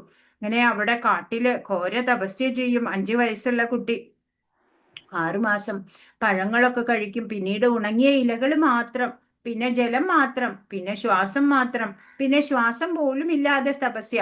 അങ്ങനെ ബ്രഹ്മാവിനേക്കാൾ ഉയർന്ന സ്ഥാനം വേണമെന്നാണ്. അങ്ങനെ ഭഗവാൻ പ്രത്യക്ഷപ്പെട്ടപ്പോഴോ ഭഗവാനെ മാത്രം മതി. ഭഗവാനെ കണ്ടപ്പോ ഇനി ഒന്നും വേറെ ഒന്നും വേണ്ട എന്ന്. അങ്ങനെ ആ കഥയാണ് ഇവിടെ. അപ്പോ അർത്ഥാർത്ഥിയായിരുന്നു. ധനം ആഗ്രഹിച്ചിട്ട് അല്ലെ അർത്ഥാർത്ഥിയായിട്ടാണ് ധ്രുവൻ. ഇവിടെ കൊടുത്തിരിക്കുന്നത് എന്താ, ഇവിടെയും അർത്ഥം തന്നെയാണ് ആഗ്രഹിക്കണേ. രാമരാവണ സീതാന്വേഷണ വേളയില് അവിടെ സുഗ്രീവനായിട്ടുള്ള സഖ്യം നടത്തുന്നതാ ശ്രീരാമചന്ദ്ര പ്രഭു അല്ലെ. സുഗ്രീവന് രാജ്യം ഒക്കെ കൊടുക്കാം എന്ന് പറഞ്ഞ് സഖ്യം ചെയ്യുന്നതാണ് അവിടെ. അപ്പൊ അതും എന്താണ്, അർത്ഥാർത്ഥിയായിട്ടുള്ള ഒരു ഉദാഹരണമാണ്. ഇവിടെ ജ്ഞാനം നേടുന്നതാണ് ഇവിടെ മുനിമാരും ഭഗവാനെ കുറിച്ചുള്ള ജ്ഞാനം അവര് പറഞ്ഞു കൊടുക്കണം. അപ്പൊ ഇവിടെ ജ്ഞാനികളാണ് ഇവിടെ. അങ്ങനെ ഓരോന്നിന്റെയും ഉദാഹരണമാണ് ഈ പിക്ചറുകളിലൂടെ കാണിച്ചിട്ടുള്ളത്. അപ്പൊ സുഹൃതികളായിട്ടുള്ള 4 പേരാണ് ദുഃഖിതൻ, ധനകാംക്ഷി, ജിജ്ഞാസു, ജ്ഞാനി.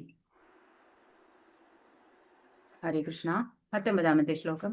ബഹൂനാം ജന്മനാമന്തേ ജ്ഞാനവാൻ മാം പ്രപദ്യതേ വാസുദേവ സർവമിതി സമഹാത്മാസു ദുർലഭ. അസംഖ്യം ജനന മരണങ്ങൾക്കു ശേഷം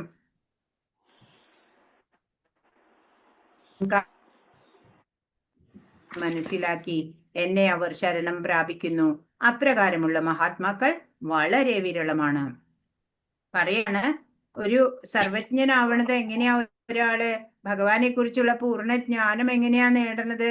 അസംഖ്യം ജനന മരണങ്ങൾക്ക് ശേഷമാണ് ആ ജ്ഞാനവാനായ വ്യക്തി സർവജ്ഞനായിട്ട് തീരുന്നത്.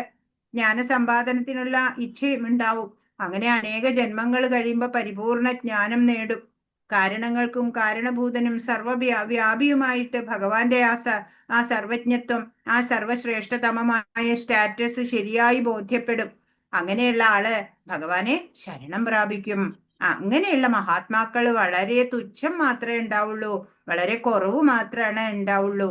ഇവിടെ കാണിച്ചിരിക്കുന്നത് ഗോപികമാരാണ്.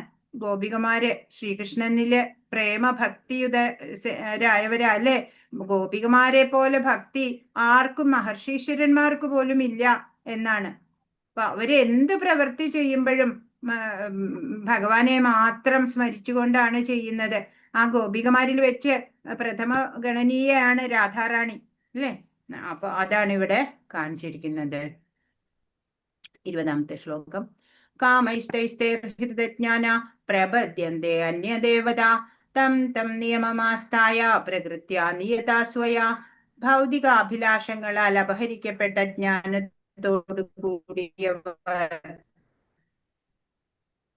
കൂടിയവർ ദേവന്മാരെ ശരണം പ്രാപിക്കുന്നു. പ്രത്യേക നിയമങ്ങളും നിബന്ധനകളും അനുസരിച്ച് അവർ സ്വപ്രകൃതിയാൽ ദേവന്മാരെ ആരാധിക്കുന്നു.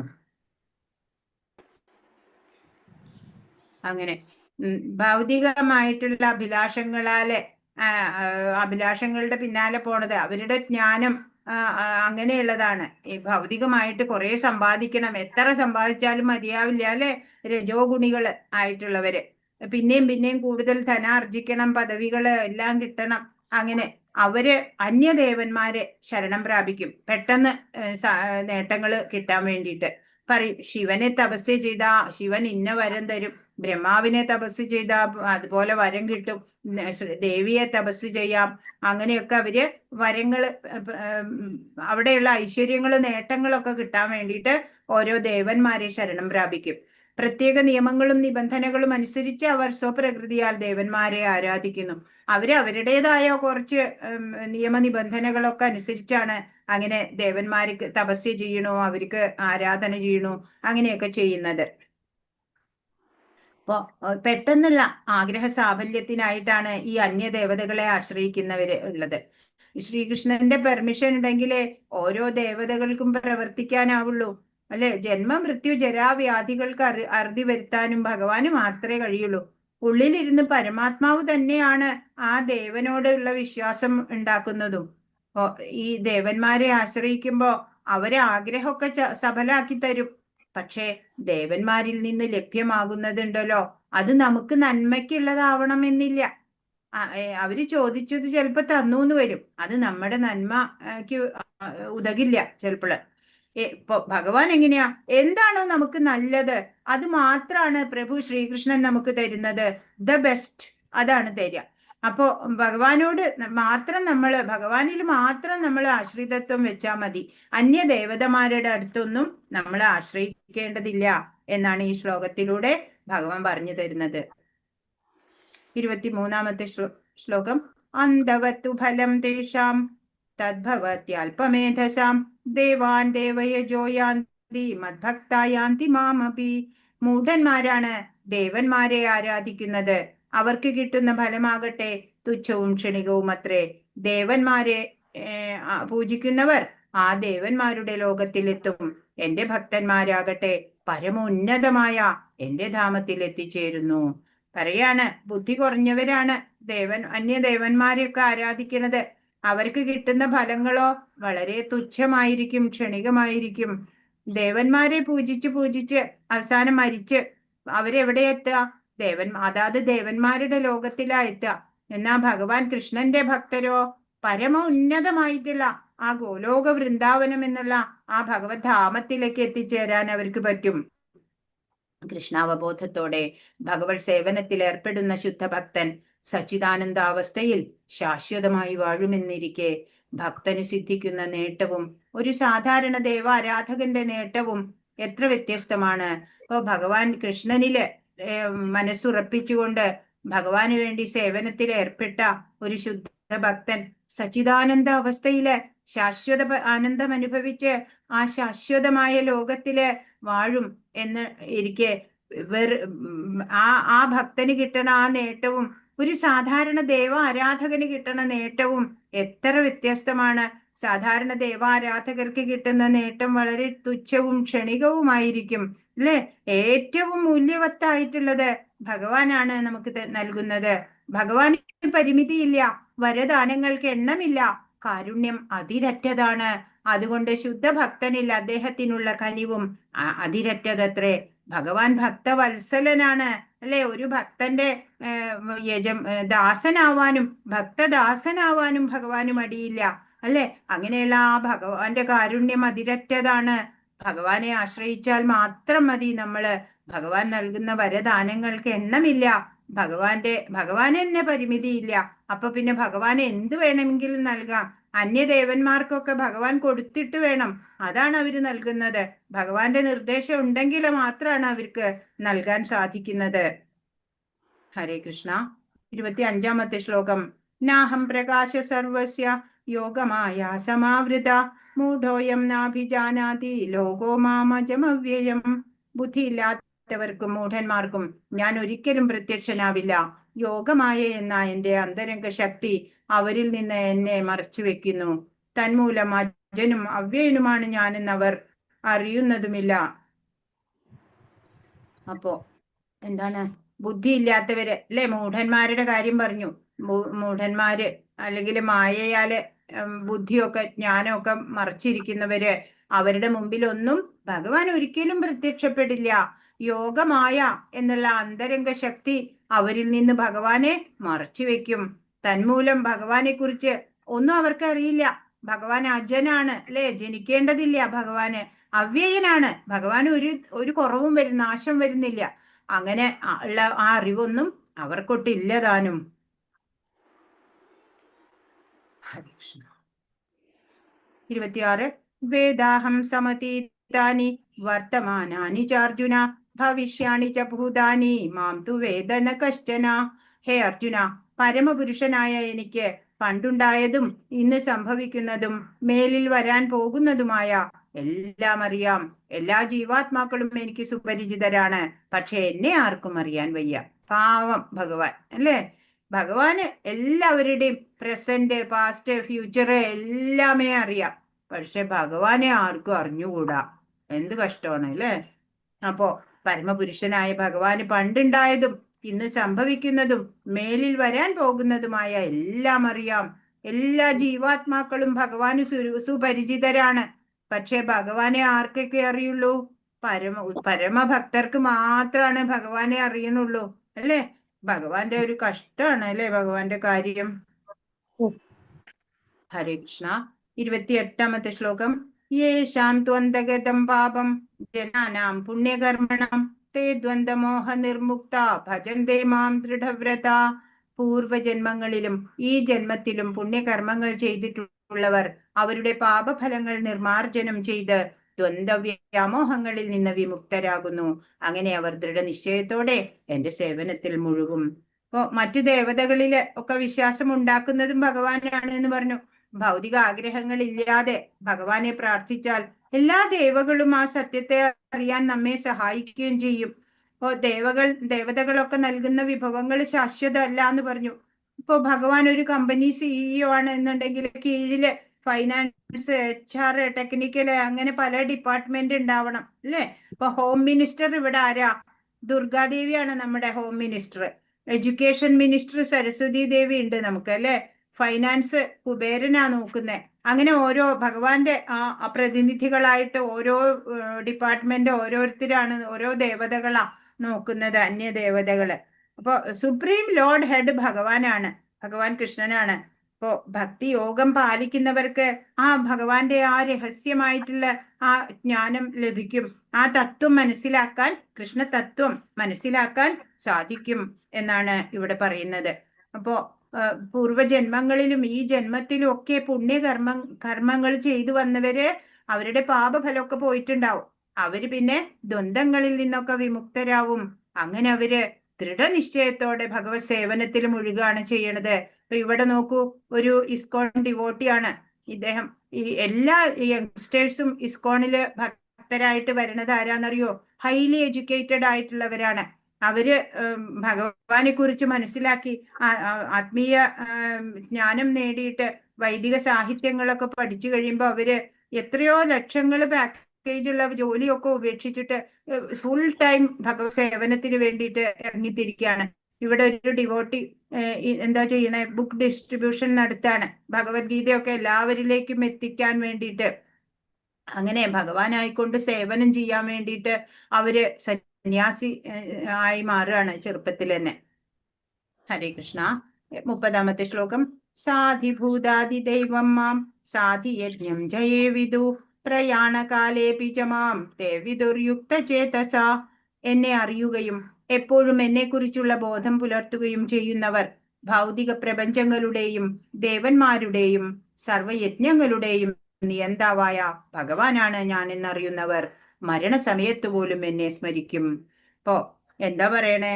ഭഗവാനെ കുറിച്ച് ജ്ഞാനം ഉണ്ടാവണം, ഭഗവാനെ നല്ലതുപോലെ അറിയണം. നല്ലതുപോലെ അറിയാൻ ഭഗവാനെ കേൾക്കണം. താത്ത് ശൃണു, ഞാൻ എല്ലാം വ്യക്തമായി പറഞ്ഞു തരാം, താത്ത് ശൃണു, നീ അത് കേൾക്കൂ എന്ന് പറഞ്ഞു തുടക്കത്തില് അല്ലേ? അധ്യായത്തിന്റെ തുടക്കത്തില്. അപ്പൊ അങ്ങനെ ഭഗവാനെ കുറിച്ച് കേട്ട് കേട്ട് ഭഗവാനെ കുറിച്ച് അറിവ് നേടുക, അങ്ങനെ ഭഗവാനെ കുറിച്ചുള്ള പൂർണ്ണ ബോധം ഉണ്ടാവുക. അങ്ങനെ ചെയ്യണര് ഈ ഭൗതിക പ്രപഞ്ചത്തിന്റെയും ദേവന്മാരുടെയും സർവയജ്ഞങ്ങളുടെയും നിയന്താവായിട്ടുള്ള ആ ഭഗവാന്റെ ആ സർവജ്ഞത്വം അവർ നന്നായിട്ട് അറിയും. അവർക്കോ മരണസമയത്ത് പോലും ഭഗവാനെ സ്മരിക്കാൻ സാധിക്കും എന്നാണ്. മരണസമയത്ത് ഭഗവാനെ സ്മരിച്ചാലുള്ള മെച്ചം എന്താണ് എന്ന് അടുത്ത അധ്യായത്തിൽ നമ്മൾ കാണും. ഹരേ കൃഷ്ണ. അപ്പോ എന്താ പറയണേ? ഹരേ കൃഷ്ണ കൃഷ്ണ കൃഷ്ണ ഹരേ ഹരേ, ഹരേ രാമ രാമ രാമ ഹരേ ഹരേ. വാഞ്ചാകൽപതരുഭ്യശ്ച കൃപാ സിന്ധുഭ്യേവ ച പതിതാനാം പാവനേഭ്യോ വൈഷ്ണവേഭ്യോ നമോ നമഃ. അനന്തകോടി വൈഷ്ണവ വൃന്ദ കി ജയ്. ശ്രീല പ്രഭുപാദ് കി ജയ്. ഗുരു മഹാരാജ് കി ജയ്. ഹരേ കൃഷ്ണ. 2-3 മിനിറ്റ് എടുത്തിട്ട് രാധാറാണിയെ കുറിച്ചിട്ടൊന്ന് പറയാം. രാധാ തത്വം, കൃഷ്ണ തത്വത്തിന്റെ പോലെ തന്നെ രാധാ തത്വം ഒന്ന് പറയാം. ശ്രീമതി രാധാറാണി നമ്മൾക്കറിയാം. അത് പക്ഷെ ആരാണെന്ന് നമുക്ക് കൃത്യമായിട്ട് അറിയില്ല അല്ലെ. ശ്രീകൃഷ്ണനുമായിട്ടുള്ള ബന്ധം എന്താണ്? ഭാര്യയാണോ അതോ ലവറാണോ? ഭാര്യയാണെന്നുണ്ടെങ്കിൽ രുക്മിണി, സത്യഭാമ തുടങ്ങിയവരോ അല്ലെ അവരുടെ കൂട്ടത്തിലില്ല. ഇപ്പൊ ലവേഴ്സ് ആയിരുന്നു എന്നുണ്ടെങ്കിൽ എന്തുകൊണ്ട് പിന്നെ അവര് വിവാഹം ചെയ്തില്ല? ഇന്ന് അപ്പൊ അതൊക്കെ നമുക്ക് നോക്കാം. വേദ സാഹിത്യങ്ങൾ അനുസരിച്ച് കൃഷ്ണനാണ് പരമദിവ്യോത്തമ പുരുഷൻ. നമുക്കറിയാം ഈശ്വര പരമാ കൃഷ്ണ എന്ന് പറഞ്ഞിട്ടുണ്ട്. ഭഗവാൻ കൃഷ്ണന് വിവിധ പൊട്ടൻഷ്യൽ ഓഫ് എനർജീസ് ഉണ്ട്. അതായത് ഇന്റേണൽ ആയിട്ടും എക്സ്റ്റേണൽ ആയിട്ടും ഒക്കെയുള്ള ശക്തി വൈഭവങ്ങളുണ്ട് ഭഗവാന്. ഇപ്പൊ ശ്രീമതി രാധാറാണി ഭഗവാന്റെ ഇന്റേണൽ പൊട്ടൻസി ആണെന്നാ പറയണേ. ഹ്ലാദിനി ശക്തി എന്നാ പറയാ. പ്ലഷർ പൊട്ടൻസി ആണത്ര അത്. ഇപ്പൊ രാധാറാണിയാണ് ഭഗവാന് ആഹ്ലാദത്തെ ജനിപ്പിക്കുന്ന ശക്തി എന്നാ പറയണത്. ഇപ്പൊ ഒരാള് സ്വയം ഷെയ്ക്ക് ഹാൻഡ് ചെയ്യാൻ പറ്റില്ല അല്ലെ, ഹാപ്പി ആവാൻ പറ്റില്ല. രണ്ടുപേര് കൂടിയിട്ടാ ഷെയ്ക്ക് ഹാൻഡ് ചെയ്യുക. അങ്ങനെ പ്രഭു ശ്രീകൃഷ്ണന് ഈക്വൽ ആയിട്ടുള്ള ഒരാളുമായിട്ട് ബന്ധപ്പെടുമ്പോ സന്തോഷം ഉണ്ടാവുക അല്ലെ. അപ്പൊ ആരാണ് ഭഗവാന് തുല്യരായിട്ടുള്ളത്? ഭഗവാൻ മാത്രമേ ഉള്ളൂ ഭഗവാന് തുല്യനായിട്ട്. അപ്പൊ ആ കൃഷ്ണനിൽ നിന്ന് തന്നെയാണ് രാധാറാണി ഉണ്ടായത്. കൃഷ്ണൻ ശക്തിമാനാണെങ്കിൽ രാധ ശക്തിയാണ്. ആദി ലീല ചൈതന്യ ചരിതാമൃതത്തില് കൃഷ്ണരാജ് കവിരാജ് ഗോസ്വാമി പറയുന്നുണ്ട്, രാധാ പൂർണ്ണ ശക്തി കൃഷ്ണ പൂർണ്ണ ശക്തിമാൻ ദ്വിവസ്തു ഭേദനഹിം ശാസ്ത്രേ പ്രമാണ് എന്നാണ്. ശക്തിയും ശക്തിമാനും തമ്മില് ഒരു വ്യത്യാസവും ഇല്ല. രാധ കൃഷ്ണൻ രണ്ടും ഒന്ന് തന്നെയാണ് എന്നാണ്. അപ്പോ രണ്ടുപേരും പരസ്പരം സ്നേഹിക്കാനായിട്ട് വൃന്ദാവനത്തിൽ വന്നു. നമ്മൾ ഈ ഭൗതിക ജീവാത്മാക്കൾ രണ്ടുപേരെയും ആരാധിക്കുന്നുണ്ട്. അപ്പൊ എന്തുകൊണ്ട് രാധയെ വിവാഹം കഴിച്ചില്ല എന്ന് ചോദിക്കുക ചിലവര് അല്ലെ. ഭാണ്ഡീര വനത്തിൽ വെച്ചിട്ട് രണ്ടുപേരും വിവാഹിതരായി. കോൺഫിഡൻഷ്യൽ അഫെയർ ആയിരുന്നു അത്. അപ്പോ കുറച്ചു പേർക്കേ അത് അറിയുള്ളൂ. സ്ക്രിപ്റ്റേഴ്സിലൊക്കെ പറഞ്ഞിട്ടുണ്ട്. ഇപ്പോ ബ്യൂട്ടിഫുൾ പാസ്റ്റ് ടൈംസ് കുറെ ഉണ്ട്, ലീലകള്. രാധാറാണിയാണ് ഭഗവാൻ കൃഷ്ണന്റെ ഏറ്റവും ഉന്നതയായിട്ടുള്ള ഭക്ത ചൂടാമണി എന്നാ പറയാ. വൃന്ദാവൻ അത് കിങ്ഡം അല്ല, ക്വീൻഡം ആണ്, റാണിയാണ് അവിടെ. വൃന്ദാവനേശ്വരി രാധ അവിടുത്തെ റാണി. കൃഷ്ണനെ മദനമോഹനൻ എന്നാ വിളിക്കുക. രാധാറാണിയോ മദനമോഹന മോഹിനി എന്നാണ് രാധാറാണിയെ വിളിക്കുക. ഓൾ അട്രാക്റ്റീവ് ആയിട്ടുള്ള ശ്രീകൃഷ്ണനാലെ ആകർഷിക്കപ്പെടുന്നവളാണ് രാധാറാണി എന്നാണ്. ഒരു ദിവസം രാധാഷ്ടമി ദിവസം പ്രഭുപാദ് ഒരു ലെക്ചർ കൊടുക്കുകയാണ്. ഇപ്പൊ 26 മിനിറ്റ് ആയിരുന്നു ക്ലാസ്. രാധാ അഷ്ടമി ദിവസം രാധാറാണിയെ കുറിച്ചല്ലേ പറയേണ്ടത്. പക്ഷെ 25 മിനിറ്റും പ്രഭുപാദ് കൃഷ്ണനെ കുറിച്ച് തന്നെ ഇങ്ങനെ പറഞ്ഞുകൊണ്ടിരിക്കുക, ഗ്ലോറീസ് ഒക്കെ. അപ്പൊ ഭക്തര് പറയാൻ തുടങ്ങി, ഇതിപ്പോ ജന്മാഷ്ടമിയാണോ അതോ രാധാഷ്ടമിയാണോ അറിയണില്ല. 25 മിനിറ്റ് പ്രഭു ശ്രീകൃഷ്ണന്റെ ഗ്ലോറീസ് ഒക്കെ പറഞ്ഞു. ഒടുവിൽ ഒരു സ്റ്റേറ്റ്മെന്റ് പറയാണ് Srila Prabhupada, that great Krishna is controlled by Radharani എന്ന് പറയാണ്. അപ്പോ അത്രയും ടോപ്പ് മോസ്റ്റ് പൊസിഷനാണ് രാധാറാണിയുടേത്. അപ്പോ നാരദരോട് കൃഷ്ണൻ തന്നെ പറഞ്ഞിട്ടുണ്ട്, സത്യം സത്യം പുനഃസത്യം സത്യമേവ പുനഃ പുനഃ ബിനാ രാധാ പ്രസാദേന മത്പ്രസാദോ ന ലഭ്യതേ. എന്താണ് സത്യമായിട്ടുള്ള ഒരു കാര്യം വീണ്ടും വീണ്ടും സത്യമായിട്ട് പറയാണ്. രാധാപ്രസാദം ഇല്ലാതെ എന്റെ പ്രസാദം ആർക്കും ലഭിക്കില്ല എന്ന്. അപ്പൊ രാധാറാണിയെ നമ്മൾ പ്രസാദിപ്പിക്കണം, എന്നാ മാത്രാണ് നമുക്ക് കൃഷ്ണഭക്തി ലഭിക്കുള്ളൂ എന്നാണ്. അൾട്ടിമേറ്റ് ട്രൂത്ത് ആണത്. അപ്പൊ രാധാറാണിയുടെ പാദരേണു ലഭിക്കാതെ ആർക്കും എന്നെ സമീപിക്കാനാവില്ല എന്ന് കൃഷ്ണൻ പറയാണ്. നമ്മള് ഇസ്കോണിലുള്ളവര് ബ്രഹ്മ മധ്വ ഗൗഡീയ സമ്പ്രദായത്തിലാണ് വരിക. രാധാറാണിയുടെ പരമ്പരയും ഗൗഡീയ പരമ്പര തന്നെയാണ്. നമ്മൾ രാധാറാണിയുടെയും ഭക്തരാണ്. എങ്ങനെ രാധാറാണി സന്തോഷിക്കും? അതിനൊരു വഴിയുണ്ട്. കൃഷ്ണനെ കുറിച്ച് കേൾക്കുമ്പോഴാണ്. ശ്രീകൃഷ്ണന്റെ ഗ്ലോറീസ് കേൾക്കണത് രാധാറാണിക്ക് ഏറ്റവും ഇഷ്ടാണ്. അതുകൊണ്ട് കോൺസ്റ്റന്റ്ലി ചാന്റ് ഹരേ കൃഷ്ണ. ജയ് ജയ് ശ്രീ രാധേശ്യാം നിതായ് ഗൗർ പ്രേമാനന്ദേ ഹരി ഹരി ബോൾ. ഹരേ കൃഷ്ണ. ഹരേ കൃഷ്ണ. ഇന്ന് പറഞ്ഞതിൽ എന്തെങ്കിലും സംശയം ഉണ്ടെങ്കിൽ ചോദിച്ചോളൂ.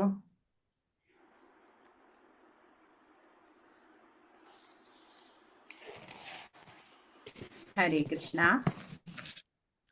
എന്തെങ്കിലും ചോദിക്കാനുണ്ടോ? എന്നാ ആദ്യത്തെ ഒന്നാമത്തെ ക്വസ്റ്റ്യൻ തൊട്ട് നോക്കിക്കോളൂ. തത് ശൃണു എന്ന വാക്കിന്റെ അർത്ഥം. ഹരേ കൃഷ്ണ മാസി. ശൃണു എന്ന വാക്കിന്റെ ഹരേ അർത്ഥം കൃഷ്ണ. ആ അത് കേൾക്കൂ. തത് അത് ശൃണു. കേൾക്കൂ. ആ ആ ഞാൻ പറയാം. അത് കേൾക്കൂ. അത് കേൾക്കൂ. ശ്രവിച്ചിട്ടാണ് ഭഗവാനെ കുറിച്ചിട്ട് മനസ്സിലാക്കേണ്ടത് അല്ലേ? അതാണ് ഭഗവാൻ പറയണേ. തത് ശൃണു. ഞാൻ പറയാൻ പോകുന്നത് എല്ലാ കാര്യങ്ങളും പറഞ്ഞു തരാം, കേൾക്കൂ. അത് കേൾക്കൂ എന്നാണ് തത് ശൃണു. 3 വിഷ്ണു രൂപങ്ങൾ ഏതെല്ലാം? ഏതൊക്കെയാണ്? മഹാവിഷ്ണു, ഗർഭോദകശായി വിഷ്ണു, വിഷ്ണു. ആ മഹാവിഷ്ണു തന്നെയാണ് കാരണോദകശായി വിഷ്ണു. മഹാവിഷ്ണു അല്ലെങ്കിൽ കാരണോദകശായി വിഷ്ണു, പിന്നെ ഗർഭോദകശായി വിഷ്ണു, ക്ഷീരോദകശായി വിഷ്ണു. വിഷ്ണു. മഹാവിഷ്ണു തന്നെ കാരണോദകശായി വിഷ്ണു.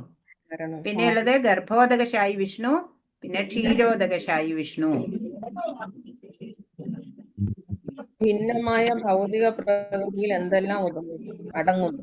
ആ 8 എണ്ണം ഏതൊക്കെയാ? ഭൂമി, ജലം, വായു, ആകാശം, മനസ്സ്, മനസ്സ്, ബുദ്ധി, അഹങ്കാരം. ആ പഞ്ചമഹാഭൂതങ്ങളും മനസ്സ്, ബുദ്ധി, വിദ്യ, അഹങ്കാരം. പഞ്ചഭൂതങ്ങളും 5ആക്കി എഴുതിക്കോളൂ. ഇനി ഏതാ?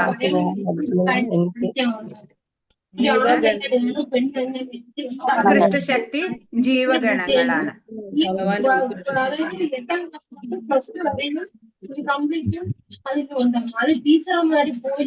ചില ടീച്ചർമാര് അത് നേരെ പറഞ്ഞു കൊടുക്കില്ല. ആർക്കാ പ്രശ്നം? ടീച്ചർമാര് നേരെ പറഞ്ഞു കൊടുക്കില്ല എന്നൊക്കെ? ഹരേ കൃഷ്ണ. അടുത്ത ചോദ്യം വായിച്ചോളൂ. അൺമ്യൂട്ട് ചെയ്തിട്ട് പറഞ്ഞോളൂ. അൺമ്യൂട്ട്.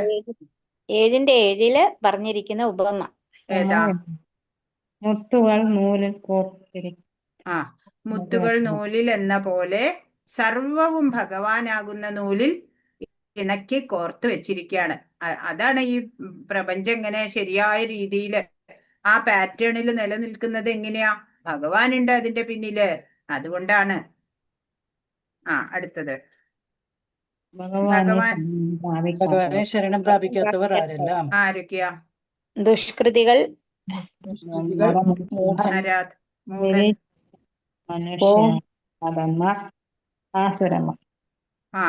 മൂഢന്മാര്, നരാധമന്മാര്, ആസുരി സ്വഭാവികള്. ഇനി ഭഗവാനെ ഭജിക്കുന്ന 4 കൂട്ടരാരാ? സുകൃതികള്, ദുഃഖിതർ,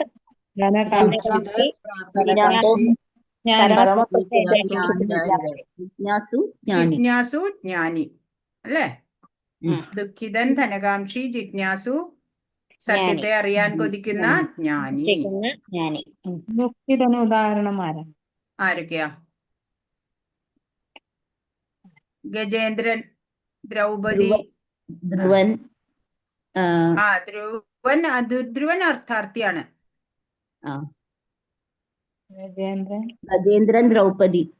അതെ. ശ്ലോകം 23 എന്തിനെ കുറിച്ചാ പറഞ്ഞത്? ബുദ്ധി കുറഞ്ഞവർ മറ്റു ദേവന്മാരെ ആരാധിക്കും. അന്യദേവന്മാരെ ആരാധിക്കുന്നതിന്റെ ദോഷങ്ങളാണ് പറഞ്ഞത്. കൃഷ്ണാവബോധമുള്ളവര് കൃഷ്ണനെ തന്നെ അതെ ആരാധിക്കുന്നു. ശ്ലോകം 30 എന്താ പറഞ്ഞത്? എന്നെ എല്ലാവിധത്തിലും അറിയാവുന്നവർക്ക് മരണസമയത്ത് പോലും എന്റെ സാമീപ്യം ഉണ്ടാകും.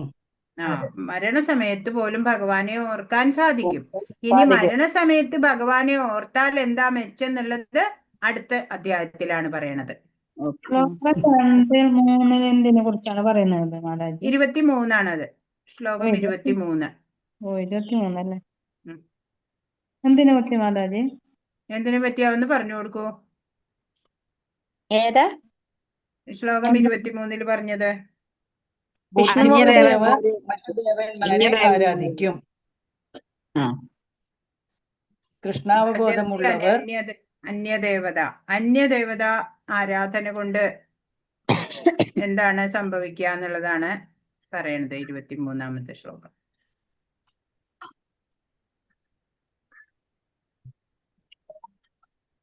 എല്ലാവരും നാമൊക്കെ ജപിക്കണ്ടെന്ന് വിചാരിക്കണു. ഉണ്ട്. ഹരേ കൃഷ്ണ. അപ്പൊ നമ്മള് ഭക്തിയോഗം എന്നുള്ള സെക്ഷൻ, ആ വിഭാഗത്തിലേക്ക് വന്നു. 7 മുതൽ 12 വരെയുള്ള അധ്യായങ്ങള് ഭക്തിയോഗം എന്നുള്ള വിഭാഗത്തിലാണ് പെടുക. അപ്പൊ അതാണ് നമ്മൾ പഠിച്ചുകൊണ്ടിരിക്കുന്നത്.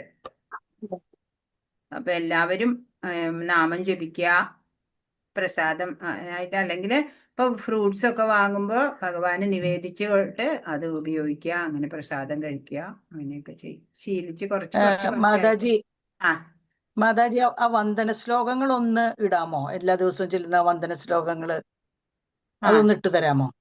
ജൂലി മാതാജി ഓം ഹരേ കൃഷ്ണ മാതാജി. അതൊന്ന് ഇട്ടോളൂ. ശരി മാതാജി. ഏത് മാതാജി പറഞ്ഞേ? നമ്മള് അജ്ഞാനതിമിരാന്തസ്യ തൊട്ടുള്ളതേ പ്രണാമ മന്ത്രങ്ങളൊക്കെ. ഇട്ട് കൊടുക്കാം മാതാജി. അതൊരു ഓർഡറിൽ ഇട്ട് തരണം.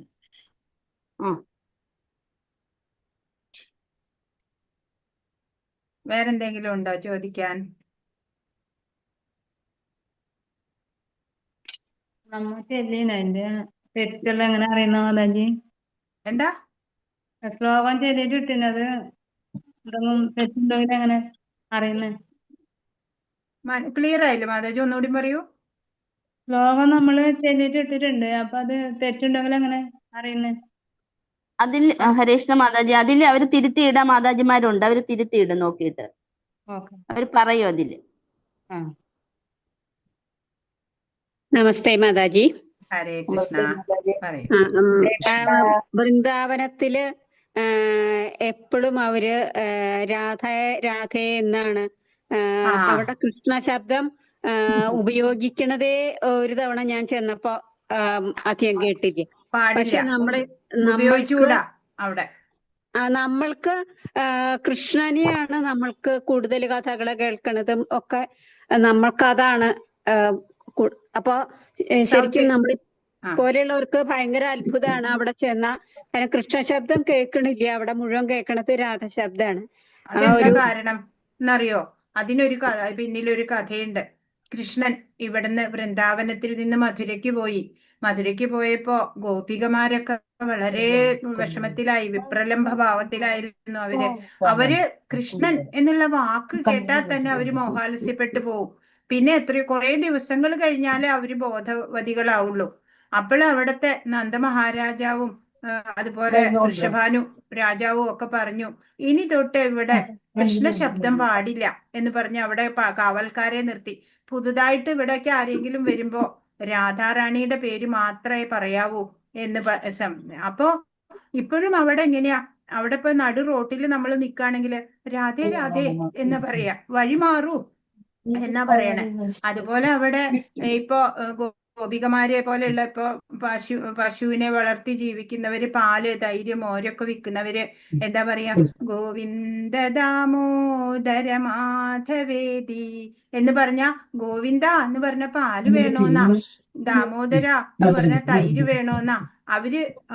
അങ്ങനെയാ അവര് കോഡ് ഭാഷയുണ്ട് അവിടെ വൃന്ദാവനത്തില്. അതുപോലെ എന്തിനും അവര് രാധേ രാധേ എന്നാ പറയാ. അതിന് കുറെ അർത്ഥതലങ്ങളുണ്ട്. ഇപ്പൊ വഴിന്ന് മാറാനാണെങ്കിലും എന്തെങ്കിലും ഒന്ന് നോക്കൂ എന്ന് പറയാനാണെങ്കിലും എല്ലാത്തിനും രാധേ രാധേ എന്നാ പറയാ. അവിടെ ഒരു രാധാ ശബ്ദം പറഞ്ഞാൽ തന്നെ അവിടെ ഗോലോകത്തിന്റെ ഗേറ്റ് നമുക്ക് വേണ്ടി തുറക്കുന്ന പറയാം. അത്ര പവർഫുൾ ആണ് രാധാറാണിയുടെ. രാധാറാണിയുടെ അനുഗ്രഹം ഉണ്ടായാൽ കൃഷ്ണഭക്തി നമുക്ക് കിട്ടുകയും ചെയ്യും. അതാണ് ഹരേ കൃഷ്ണ. അത് നോർത്ത് ഇന്ത്യൻസിനാണ് രാധാറാണിയെ കൂടുതൽ. ഹരേ കൃഷ്ണ. ലീവ് ചെയ്യാനട്ടെ മാതാജി. ഹരേ ലീവ് ചെയ്തോളൂ. എല്ലാവർക്കും മാതാജി. ഹരേ കൃഷ്ണ.